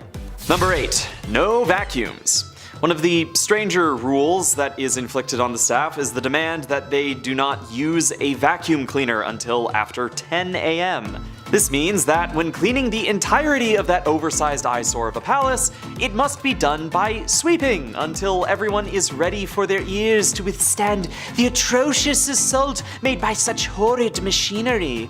Have you ever actually swept a floor in your life? Do you know how long that takes? And in a house of that size? Well, there's being polite, but come on. Well, I mean, come on. At least the pay's worth it, right? Number 7. Catering to their whims. These are slightly less defined, but it's generally well known that every single member of the royal family has their own peculiar quirks. As a result, every single royal aide must memorize the exact needs of a family member and conduct themselves accordingly. This has been famously catalogued in Margaret's human ashtrays, people who accompanied her solely to ensure that she did not have to think about where she was ashing her cigarette. Better remember which exact fruits these people like at which exact state of rottenness and temperature, or you're out of a job. And yes, this also includes the dogs. There's a butler for the dogs. But hey, at least the pay is worth it, right? Number 6. Tactical dinner planning maps. To the royal staff, dinner isn't just a fact of life, it's an arrangement. Everything must be perfect every single time. And reportedly, that's still down to the little old thing of memorizing what everyone actually wants and where. As a result, there are supposedly literal maps that are printed out that must be followed to a T for every single dinner, or I presume someone will throw a temper tantrum. But hey, at least the pay is worth it, right? Number 5. Walking rules. I don't even know. The hits just don't stop coming with these weirdos. Okay, it's a staff rule to never walk down the center of any corridor, because it might wear down the material. This is something that the staff is required to do. I love it. Not only that, but whenever the ruler is in any room, if they're standing, you're standing. You can only sit when they sit. This goes for everyone. Why? Why does this matter? What have these people actually done to deserve this respect? The pay's absolutely worth it, right? Number 4. Food. I cannot imagine cooking for the royal family. I think I would actually rather just die. Apparently, anything that could even potentially cause food poisoning just cannot be on the menu, so no shellfish, basically nothing from the ocean. This doesn't just go for the royals either, as former chef Darren McGrady described his role pertained to ensuring that the diets of the Queen's dogs were as healthy as possible. Not only that, but he apparently was even responsible for selecting the carrots the Queen would feed her horses based on length. Because if it was too short, the horse could nip her finger and give her majesty an ouchie. Ooh.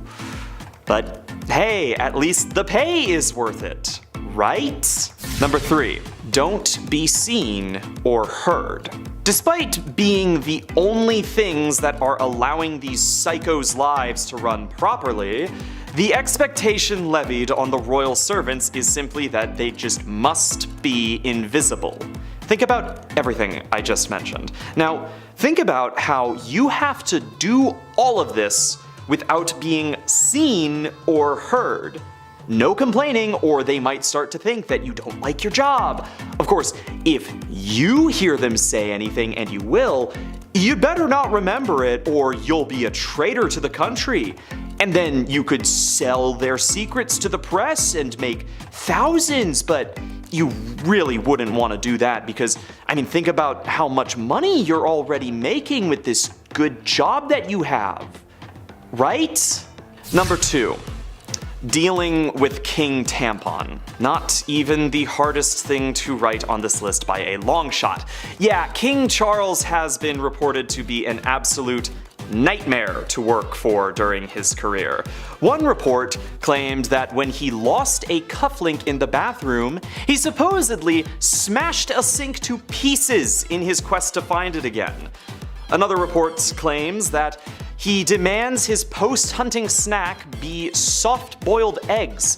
But since hunting trips are, difficult to plan exact times around, the staff will make eggs every 3 minutes during the half hour that he's generally expected to return, and just throw out the ones that have gotten too cold. If you don't believe me, look at the footage of Chuck gesturing for the aide to move stuff off of his desk. Look at how pathetic this man is. Really sear it into your brain exactly how worthless of a human being he is. Now call him the king, you peasant. But hey, the pay's good, right? Number 1. The pay! You knew where this was going, but you probably didn't know exactly how much. The average royal servant makes around 1,800 pounds annually. That translates to roughly 20,000 United States dollars and 27,000 Canadian dollars. Way below living wage. I have actually, and I am not being hyperbolic here, I have worked dishwashing jobs in downtown restaurants that have paid far better salaries than this. I know they get to live on the premise. I know they get free meals, and I don't care. Selling your life away to live for the whims of a bunch of incestuous old rich white people in the world's most opulent retirement home is one thing, but selling it for cheap is too much. The work and training that these staff members have to go through is insanely rigorous. They are living other people's lives as a profession, and they are being paid what is absolutely next to nothing. I don't care how many cute little handouts Meghan Markle gave her assistant or whatever. This is inhuman, and it is just disgusting. Number 10. No one's ever really gone. You may have heard that said when losing a family member, a pet, or in the worst Star Wars movies ever made. Sorry, not sorry Disney, those are terrible. But perhaps there is someone who is never really gone. Genghis Khan. Yes, that's right. The ruthless Mongol warrior who conquered so much in his time that we're still talking about it today. So why is this big bad warrior still with us today? Well, that's because of DNA. Yeah, in his time there was lots of activities going on besides the usual pillaging the village and unaliving those who oppose you. There were a lot of happy endings, let's say, and by that I mean forced non-YouTube friendly conduct bedroom happy endings. So much so that when a study was conducted back in 2003, 8% of men in Asia were thought to be descendants of the mighty man himself. 0.5% worldwide. That doesn't sound like a lot, but we're talking about millions of people here. Next time you go out, you may be brushing shoulders with the warrior's kin. Prepare for battle. Number 9. Henry again? Boy, it's really hard not to talk about this guy. But dude was kinda down bad for it. He's just most well known for his mistreatment of his wives, and by mistreatment, I don't mean getting into a fight over whether or not the toilet seat should be up or down and then having a very toxic argument in front of family members. No, because when Henry was upset with marriage, he wanted divorce, which honestly was kind of taboo for the time. Oh yeah, and he also beheaded 2 of his wives because that's how it goes. I know every couple has their issues to work out, but for most dads out there, having sun-drenched beer-fueled weekends, they never go beheading after that. Although, Dad's been staring at the lawnmower for a while and there's a lot of blades on that. Dad? While it is true King Henry VIII did behead 2 wives, he didn't do it to all of them. And at some points we're honestly quite pleased with his holy sanctity of marriage. Anyone who's ever been married can tell you how peaceful and sacred that bond really is. Number 8. The People's Princess. Okay, I know Prince Charles isn't exactly a king, but he is royalty, and the man kinda did Diana dirty. That's a quick and half put together allusion to a Michael Jackson song for the English majors and the audience. Being royalty isn't easy. Being royalty in a modern age when paparazzi overwhelm you with lights and cameras just for a juicy piece of gossip like, when was your last bowel movement? Is it slow? Extra, extra, read all about it, the princess is constipated.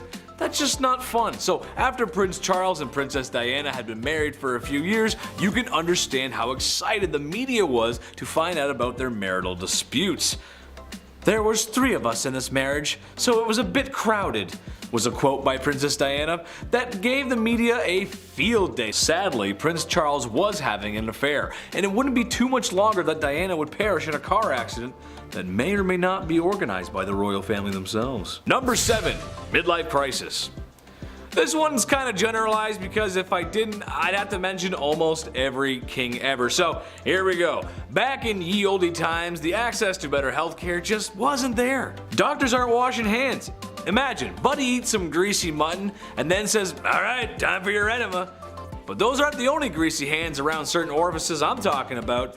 I'm talking about kings marrying older girls at the ripe age of 12. Yep, that's right.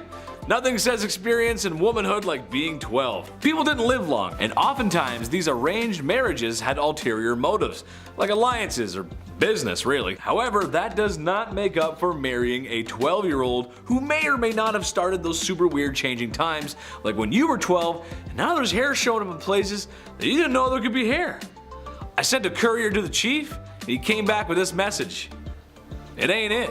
Number 6, till death do us part. Love and marriage go together like a horse and carriage, but sometimes the crooning words of Frank Sinatra aren't enough to keep people in love. Sometimes marriages end up like the ones we see on sitcoms, but when there's no laugh track, it's not very funny, and sometimes divorce is the answer. Medieval Germans thought this too, and something they practiced was divorce by combat. Basically, the man goes into a hole with his arm tied behind his back, and the woman is free to move around with a sack of rocks. These proceedings are strange, as I'm sure no husband or wife married today would ever get so frustrated with one another that they would want to hit one another on the head with rocks. Oh, the blessings of being married. Number 5, domestic disturbance. William the Conqueror was one down bad dude. The illegitimate ruler to the throne left a bad taste in some people's mouths, and was just as ruthless in silencing those rebellions that were always uprising against him as he was with the famous battles he was a part of, like the Battle of Hastings. But what I think he should be remembered by is the way he asked Matilda to marry him, or rather the extreme measures he took when she refused his advances because he was an illegitimate leader. William dragged Matilda by the hair out into the middle of the street and beat her until she agreed to marry him.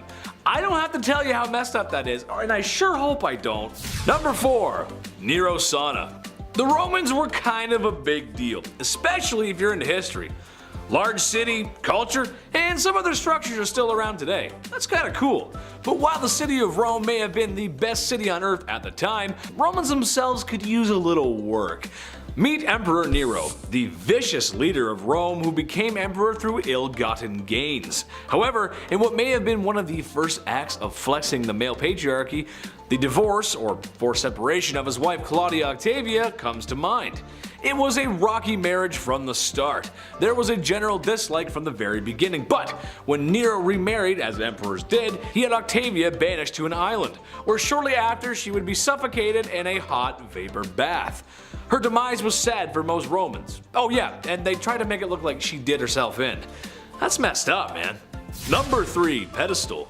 I think in a healthy relationship, you ought to put your partner on a pedestal sometimes. Maybe your partner is drop dead gorgeous, a promising athlete, really enjoys collecting stamps. You go, little rock star, collect those presidential stamps. However, Emperor Caligula of Rome had some other ideas. He would literally put his wife, who he claimed to love, up on a pedestal stark naked, and let his friends in the military gawk and glare at her. He would also say to her that he could end her life whenever he wanted, and put a knife against her for no reason. Weird flex, but okay. This guy was awful to everyone, as he tormented and unalived so many people. Well, you sure wouldn't want to see his face everywhere, as he liked to do just that. Built statues of himself everywhere because after losing your family to his tyranny and looking at his wife, you need to know who's responsible for all this.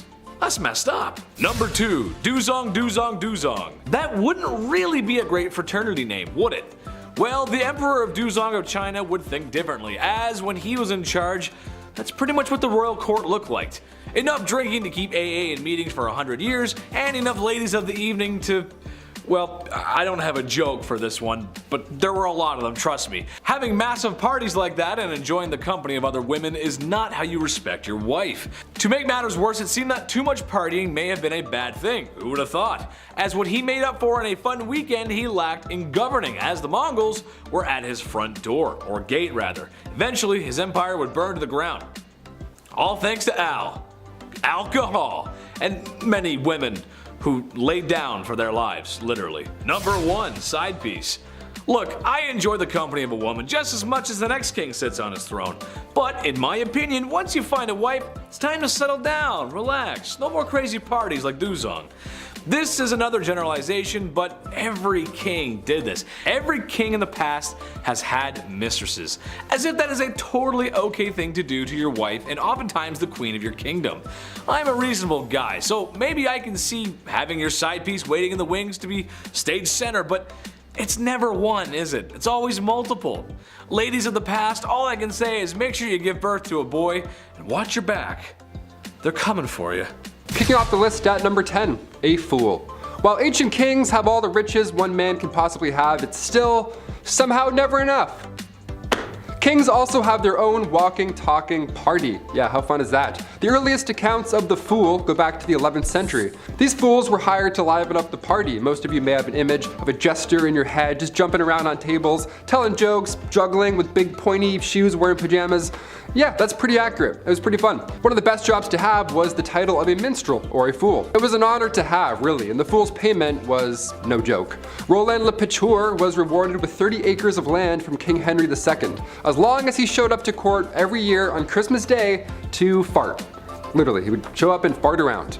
But these fools also held responsibility in their silly little lips. Fools needed to find the balance of humor and wit. It was harder back then than anything. Many of these jesters were given the role of advisor to the king and queen. The phrase, "don't shoot the messenger," this is where it comes from. The jester would have to tell them horrible news, but in a fun, positive way. For example, back in 1340, King Philip IV, his fleet was destroyed in naval battle, the British completely wiped them out, and it was an otherwise devastating loss, but the jester, the fool, brought this news in a light way. He said to the king, "They don't even have the guts to jump into the water like our brave French do." And then he farted and disappeared. Number 9, access to clean water. Today in a modern world, there are things that we just can't live without. A vape pen, Starbucks, and that weird looking back massager that everyone says they bought for their backs, but it's actually for their undercarriage. Speaking of undercarriages, you don't want to drink from the water from underneath one. Dirty, muddy street water is bad for your health. The ancient kings of old knew this. It was common knowledge that drinking dirty water could lead to you spending more time squatting over a hole than spending time with your family, and nobody wants that. Life for citizens who were not royals could have it pretty rough. Ancient kings had the luxury of having clean water, or somewhat, it's still kinda not so clean, or at least more clean than the commoners. Through methods of fresh spring water, boiling, and even some early filtration methods, they had access to better water that wouldn't make their guts hurt. With that being said, a lot of times given the sussy nature of water, a lot of kings just drank alcohol, which honestly might have saved them since the alcohol could possibly kill harmful bacteria. The one time in life that boozing might save your life. Anyone got a beer? Number 8, ladies first. These ancient kings, they could literally do whatever they wanted. And it's important to note how they would act if they didn't get what they wanted, right? Like George IV of England, he's referred to as England's worst king by historians. Great title, even worse than King Joffrey, what do you know? It's one thing to spiral into debt, that's classic king behavior. MC Hammer went broke, we get it, it happens. But George IV, he was all about the ladies, a little bit too much. All he wanted in life was just to hook up with women, that was it, his only desire in life. And if they weren't interested, George was known to throw fits. He would cry and stomp his feet, literally. You know how those brave and bold kings do? George would offer these ladies money, although they weren't for sale, so that wasn't a great plan and didn't work a lot of the time. And George would go so far to threaten his own well-being if they refused. How terrible is that guy, right?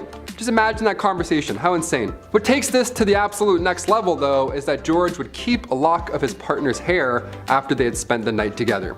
Now I know you're freaking out, maybe you're like, huh? Maybe you just choked on your rye bread sandwich a bit, that's more than fair. At the time, this wasn't abnormal behavior. I mean, you know, lovers would exchange their hair instead of phone numbers, I get it, it's back in the old days. But George, he had a lot of hair. He had like a lot of hair. He had like 7,000 envelopes filled with hair. I'm over here exchanging phone numbers at the club. Like, what am I doing wrong? Am I, doink?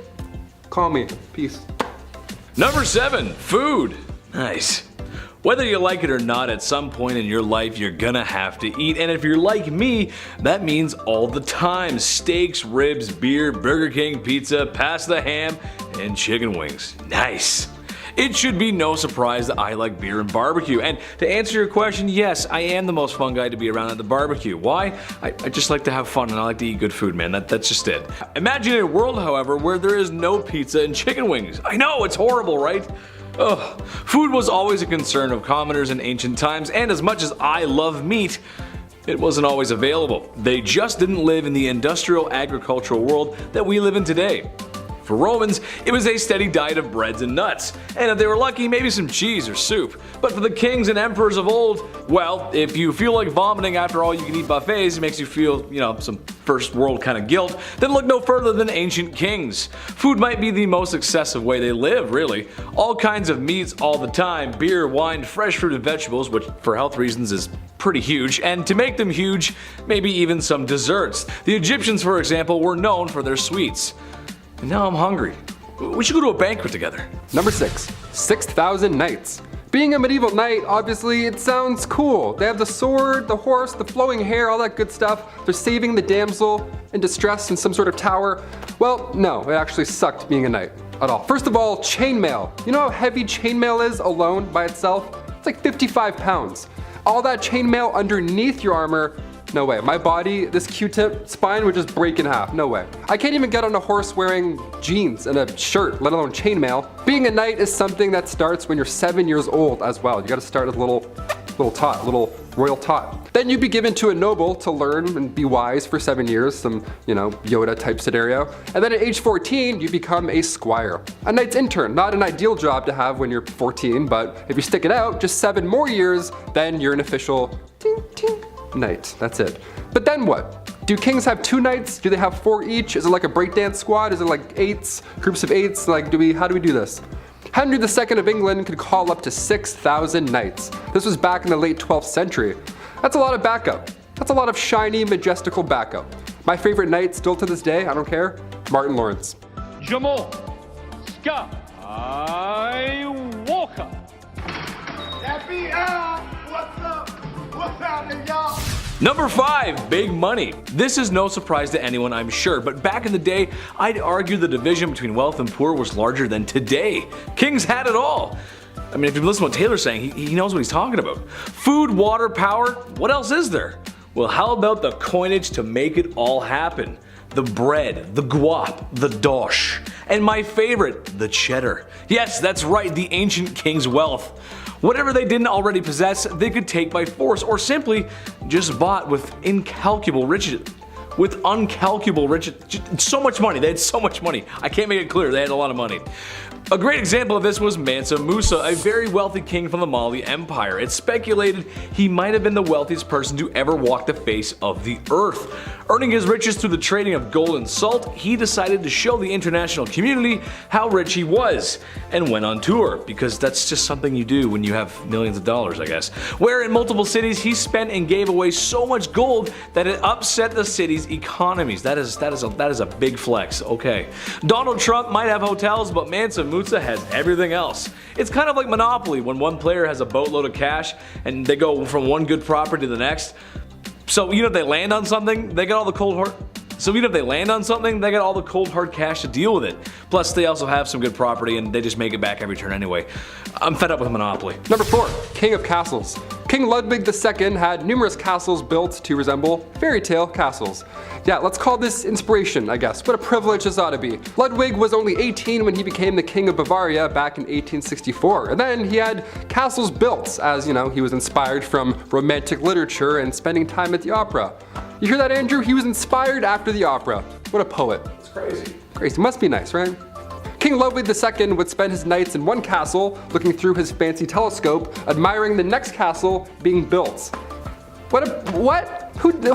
He even freestyled the castle as well. Yeah, just 4 years in, the guy designed his own majestical castle. To this day, it's one of the most photographed places in the world, so clearly he did something right.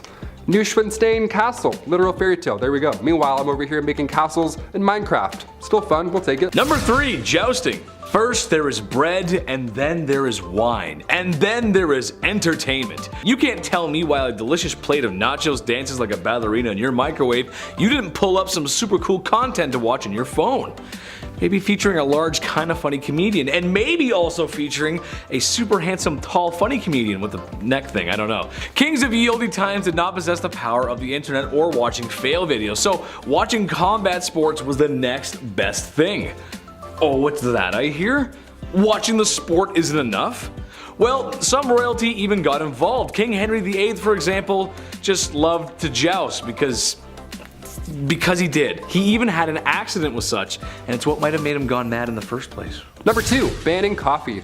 This is the worst of the worst, people. Here we go. Murad IV, Sultan of the Ottoman Empire. The guy banned coffee. What a monster. I would be asleep right now if coffee wasn't a thing.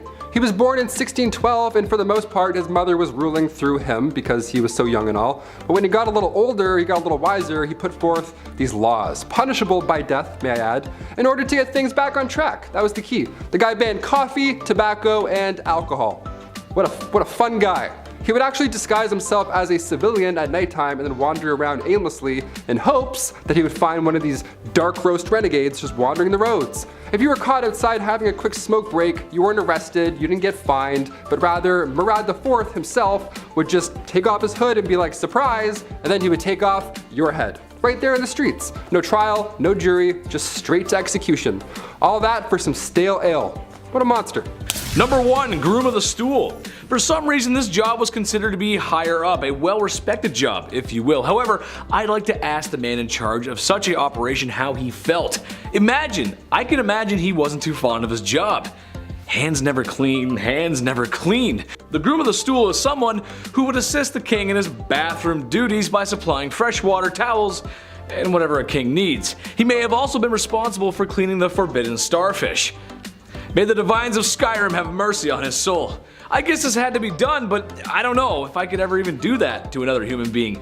If you've ever eaten Taco Bell late at night and washed it down with some Baja Blast, then you know the kind of explosion awaits the porcelain throne in the morning. So yes, having a servant present at your bowel movements is a privilege that most other folks just didn't have, but would you really want one? At number 10, the king of hobbies. Everyone has their interests, right? Like for example, I like video games, and I like watching people scream at their teammates for not helping everyone else out. I'm looking at you, Blake. For kings back in the day, they didn't have people on Rocket League to scream at, so they had to find other interests. For Tsar Peter the Great, he had a lot of interests, and they were all very bizarre. Firstly, he had an obsession with short people, especially dwarves. To him, they were like his real life dolls or something, and he would hold weddings for them and even hold lavish funerals, complete with small horses pulling a small coffin on a carriage, and even a very short priest to hold the ceremony. But other than this obsession with short people, he also dabbled a bit in medicine. He liked watching surgeries be performed like he was trying to be on Grey's Anatomy or something, but when watching the surgeries just wasn't enough for him,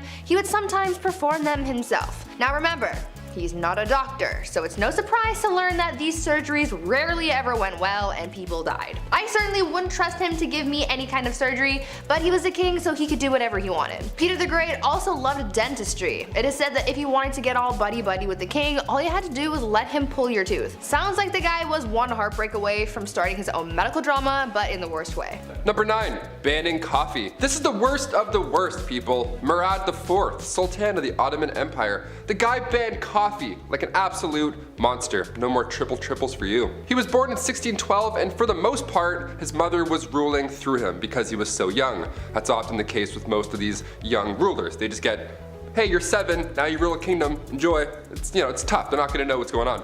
But when he got a little bit older, he put forth these laws, punishable by death, might I add, in order to get things back on track. That was the key. He banned coffee, tobacco, and alcohol. He would actually disguise himself as a civilian during the nighttime and would wander around aimlessly in hopes that he would find one of these dark roast renegades. If you were caught outside having a quick smoke break, you weren't arrested, you didn't get fined, but rather Murad IV himself would take your head off right there in the streets. No trial, no jury, just straight to execution. All because you're drinking a Bud Light Lime.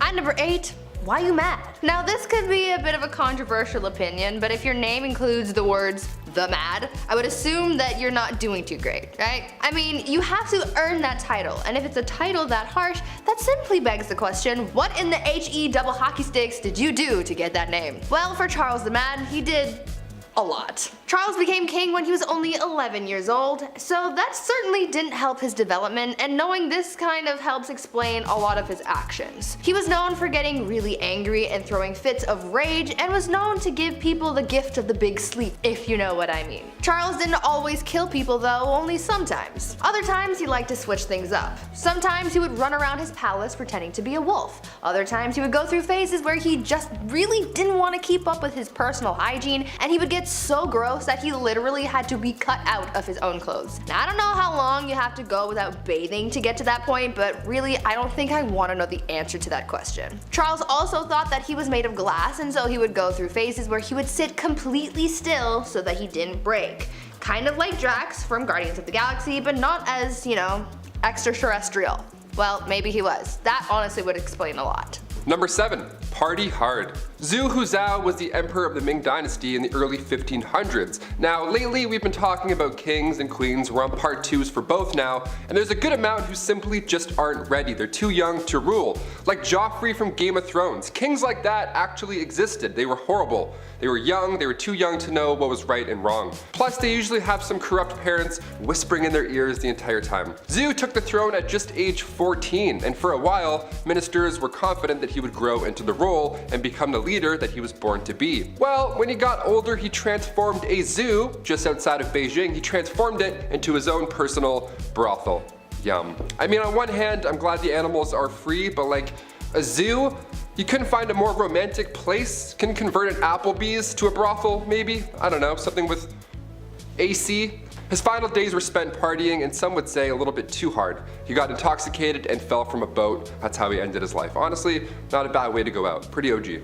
At number 6, love game. A lot of kings and queens throughout history have been known to engage in the horizontal hustle a lot. I mean, when you're a ruler of a kingdom, you don't really have much to do in your spare time, so what else are you gonna do? Play a board game? No. These monarchs were getting busy all the time, but there was one king who was just so obsessed with getting a good old pickle tickle that it just became his whole personality. King Philip V was known to be a nymphomaniac, and he liked doing the deed a lot, but because at the time, the Catholic Church said that having sexy time with anyone but your spouse was a sin, the king and his wife were getting busy all the time. Eventually, his first wife caught on to how to use this to her advantage, and she would often refuse to sleep with him until she got her way with anything she suggested or demanded from him. You would think that he would catch on to this game, but maybe his urges were just so strong because he always caved and gave her what he wanted. Obviously, this man did not follow Hoodville.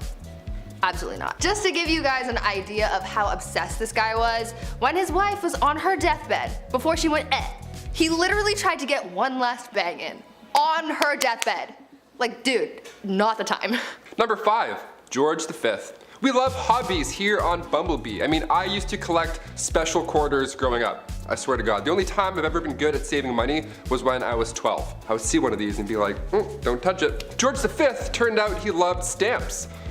A lot. Like a lot. Since he was a wee young lad, he was collecting these little guys. Here's the unusually impressive part about him though and his hobby. He continued to collect stamps during World War I. This guy was busy, everybody's trying to stay alive, and George is just licking stamps in the library like a prince. Like all collections, it started at an early age, and now it's at the point where it's past impressive and it's just borderline strange. This guy had albums on albums of stamps. He had around 330 albums, each with 60 pages full of stamps. Quick maths, that's like 20,000 pages full of stamps. So naturally he was nicknamed the King of Stamps, or rather the King of Philately, the official term for collecting stamps. It's a nice word. Philately. Back in 1905, he set an all-time stamp record, which I didn't even know that was the thing, and it was the most money ever spent on a single stamp. The guy dropped like 220,000 US on a single stamp. Somebody even asked the prince down the road if he had heard about this idiot who spent 1,400 pounds on a stamp, and he was proud of it. He was like, that was me, you wanna see it? The next King George is a little different, to say the least. At number 4, womanizer. I'm going to preface this by saying that George IV of England was voted as England's worst king by historians, so that should already tell you a lot about this guy. Georgie here was yet another one of those monarchs who was a little too invested in his intimate conquests, you know? Now we do know that the encounters that he was on were all consensual, so that's a plus. However, he was still creepy about it. Yeah. This man tried everything to get a woman to sleep with him. He would throw a tantrum if she said no, or threaten to end his life if he didn't get to do the 8-legged nature dance, you know? Somehow, this had a pretty good success rate, even though he was not a catch at all. It feels like this was one of those situations where you kind of just give in to make him stop talking, you know? Anyways, this guy was super creepy because on top of the lengths that he would go to just to get some time in the sack, he also kept trophies of his conquests. He would ask each of the people he slept with for a lock of their hair and he kept them all. Back then it was kind of common for lovers to keep locks of each other's hair, but George's collection was alarming because of just how many locks of hair there were. After the king died, his brothers found 7,000 envelopes, each with a lock of hair that was, quote, enough to stuff a sofa, end quote. Fun fact, if you want to see this insane collection, it is in a museum in Scotland, so check that out if you want, I guess. Number 3. Kleptomania Part 2. On our spoiled queens list, Brie mentioned Queen Mary and how she just couldn't stop stealing, which is hilarious to me, just this old lady stealing your shit. Well, the last king of Egypt also had sticky fingers. He was even better at it too. Check this out. Farouk I was the youngest son of Egypt's first king, Fuad I. Now born in 1920 in Alexandria and in his early days at school, he couldn't concentrate. The king sent him to England even after to hopefully find a better way of teaching, something that works for him, but still it was to no avail. Once the king passed away in 1936, Farouk then got the throne, but also so much property and so much money. He had hundreds of fancy cars, 75,000 acres of land. This guy had it all. Literally, he had anything he could think of, but still he felt like he needed to take more, to steal. At 17 years old, he would slam 12 eggs for breakfast and then wash it down with 30 bottles of beer. Nutritious and delicious. Horrible. On top of the fact that he loved to steal, he was the biggest hoarder. So he had thousands of shirts, randomly. He also had 50 diamond-studded walking sticks for some reason, and like a prince such as myself, he too collected coins. I mean, his collection was much nicer, but still, great minds think alike. Spoiled minds think alike, rather. Oh shit, this is eye-opening. One of the most bizarre facts about Farouk was he pickpocketed Winston Churchill once. He took the guy's watch. After everything I just said, he still decided to steal his watch. What a gem. We love him. Yeah. At number 2, the king of pettiness. Let's talk about a ruler that the Indian state of Alwar has described as controversial. If his own people are calling him controversial, then you know something's up, and boy, you better strap in because you're in for a wild ride with this one. Maharaja Jai Singh was pretty eccentric in a pretty dark way. He was known to have a temper and act on impulse, and he did some very questionable and downright scary things. He was known to be very competitive and hated to lose. One time, while playing polo, he and his team lost, and so in retaliation, he blamed the horse he was using and made the horse get extra crispy. He fired his horse. I'm sure you know where I'm going with that. If not, use your noodle, I don't know. Unfortunately, the cruelty towards living things didn't stop at animals, and he was also known to kidnap women from the streets and go all criminal minds on them. On a slightly lighter note, though, the Maharaja was also known to be very petty. Once he went into a Rolls-Royce dealership, and the person working there thought that he was broke and ignored him. Thinking that this was insanely rude, he bought 7 Rolls-Royces, sent them back to India, and used them to pick up garbage. This guy was really just doing the absolute most. And coming in at our number 1 spot, King Ludwig II. Home renovation shows rock my world. I can watch Love It or List It for months at a time.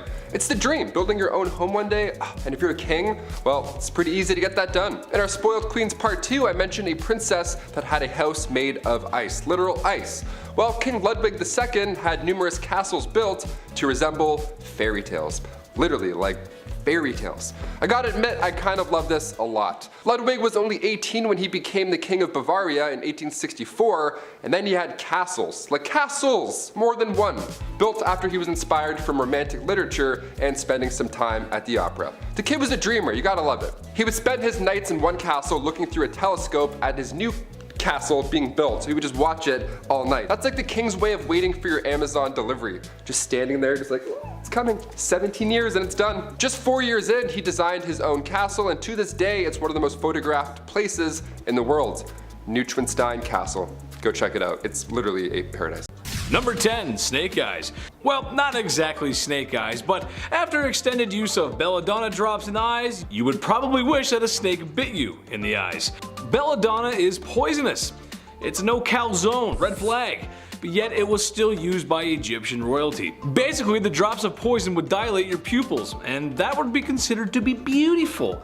For some reason, I guess, okay. Extended use of the drops had terrible side effects for the user, blindness being one of them. You gotta remember, folks in this time have no social security, and the best doctors can do for you is tell you to go take a bath in crocodile dung. and to pray to the gods for more, I guess. Sure, okay. So to avoid that tragedy, go for the natural look and avoid the eye drops. You'll thank me later. Number 9, more eye stuff. Thought I was done with the eye stuff? Well, guess again, amigo. I ain't done yet. I've got lots more to say about that. Okay, maybe a little. Eyeshadow and eye color. Some ladies today would say no special outfit is complete without it, and honestly, I have to agree, ladies. Sometimes y'all do some stuff with your eyes that makes me say, damn, you look good. Damn, you look good. However, some ladies might be cautious to slap some color on their face if they knew the origins of the product. As for the royalty of Egypt, eye makeup was in. Seemed to be a trend. However, they weren't so cautious of where their makeup got its origins. Egyptian eye glitter had 2 key ingredients: applicable powder and bugs. Yeah. You know the super colorful ones that are like really big and you wouldn't want to be around? Yeah, those, beetles, scarabs, and pretty much anything you could find. They would then crush them into a heavenly pulp and smear it all over their royal faces. I have issues with spiders and wasps as it is.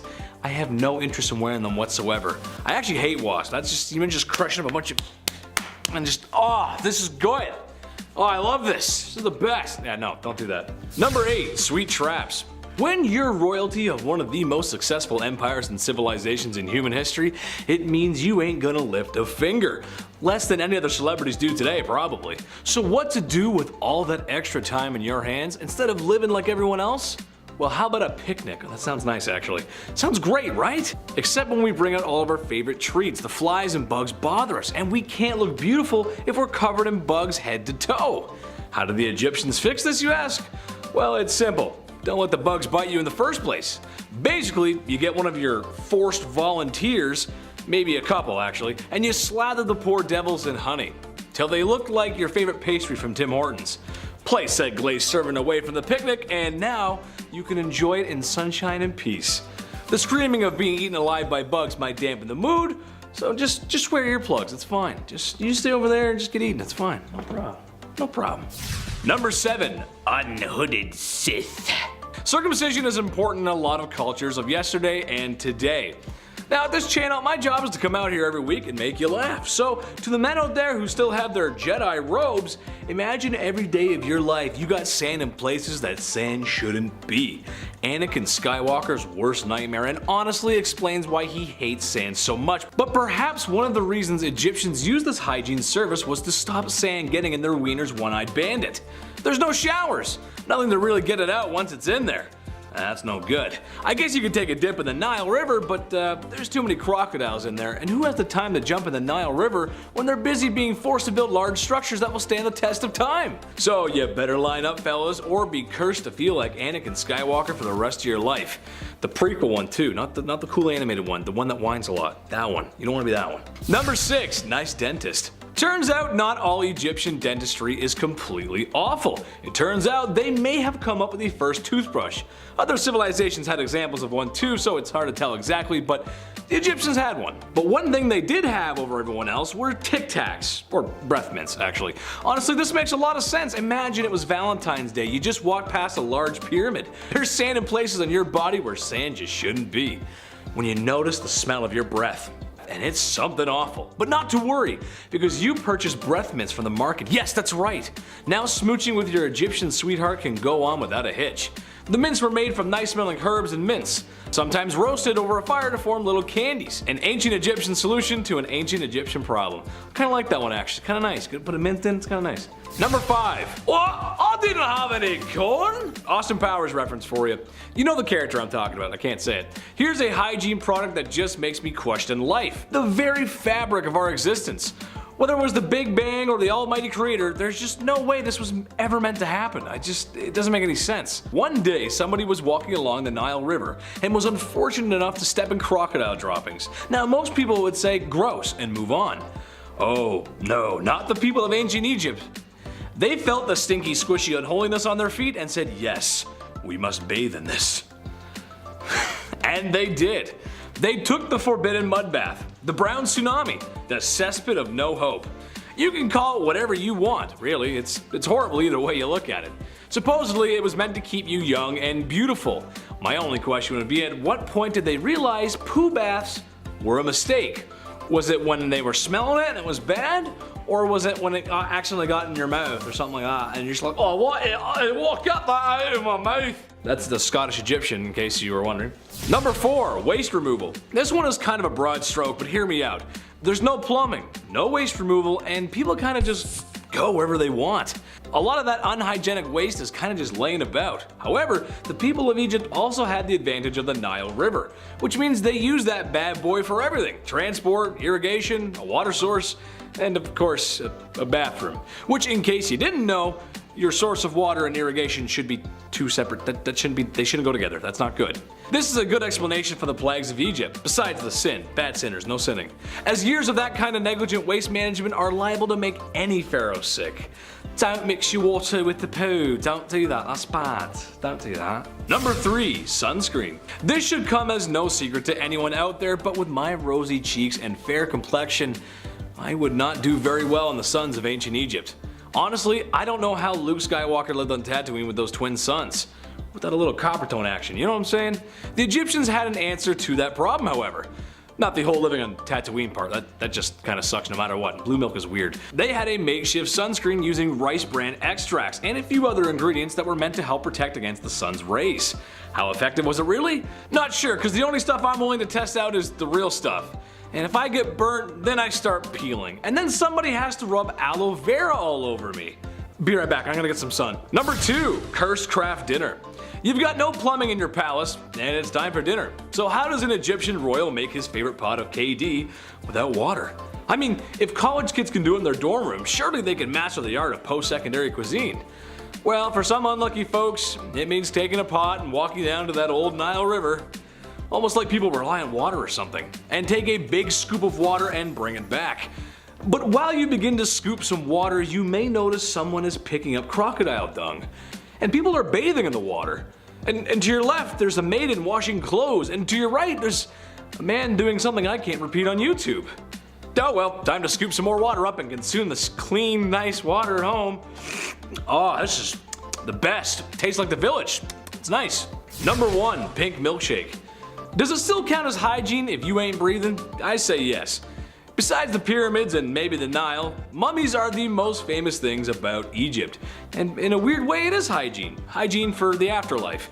When someone super important passes on, it's time for a little game of operation. Stomach, liver, intestines are removed and put into jars. You never know when you might need that next.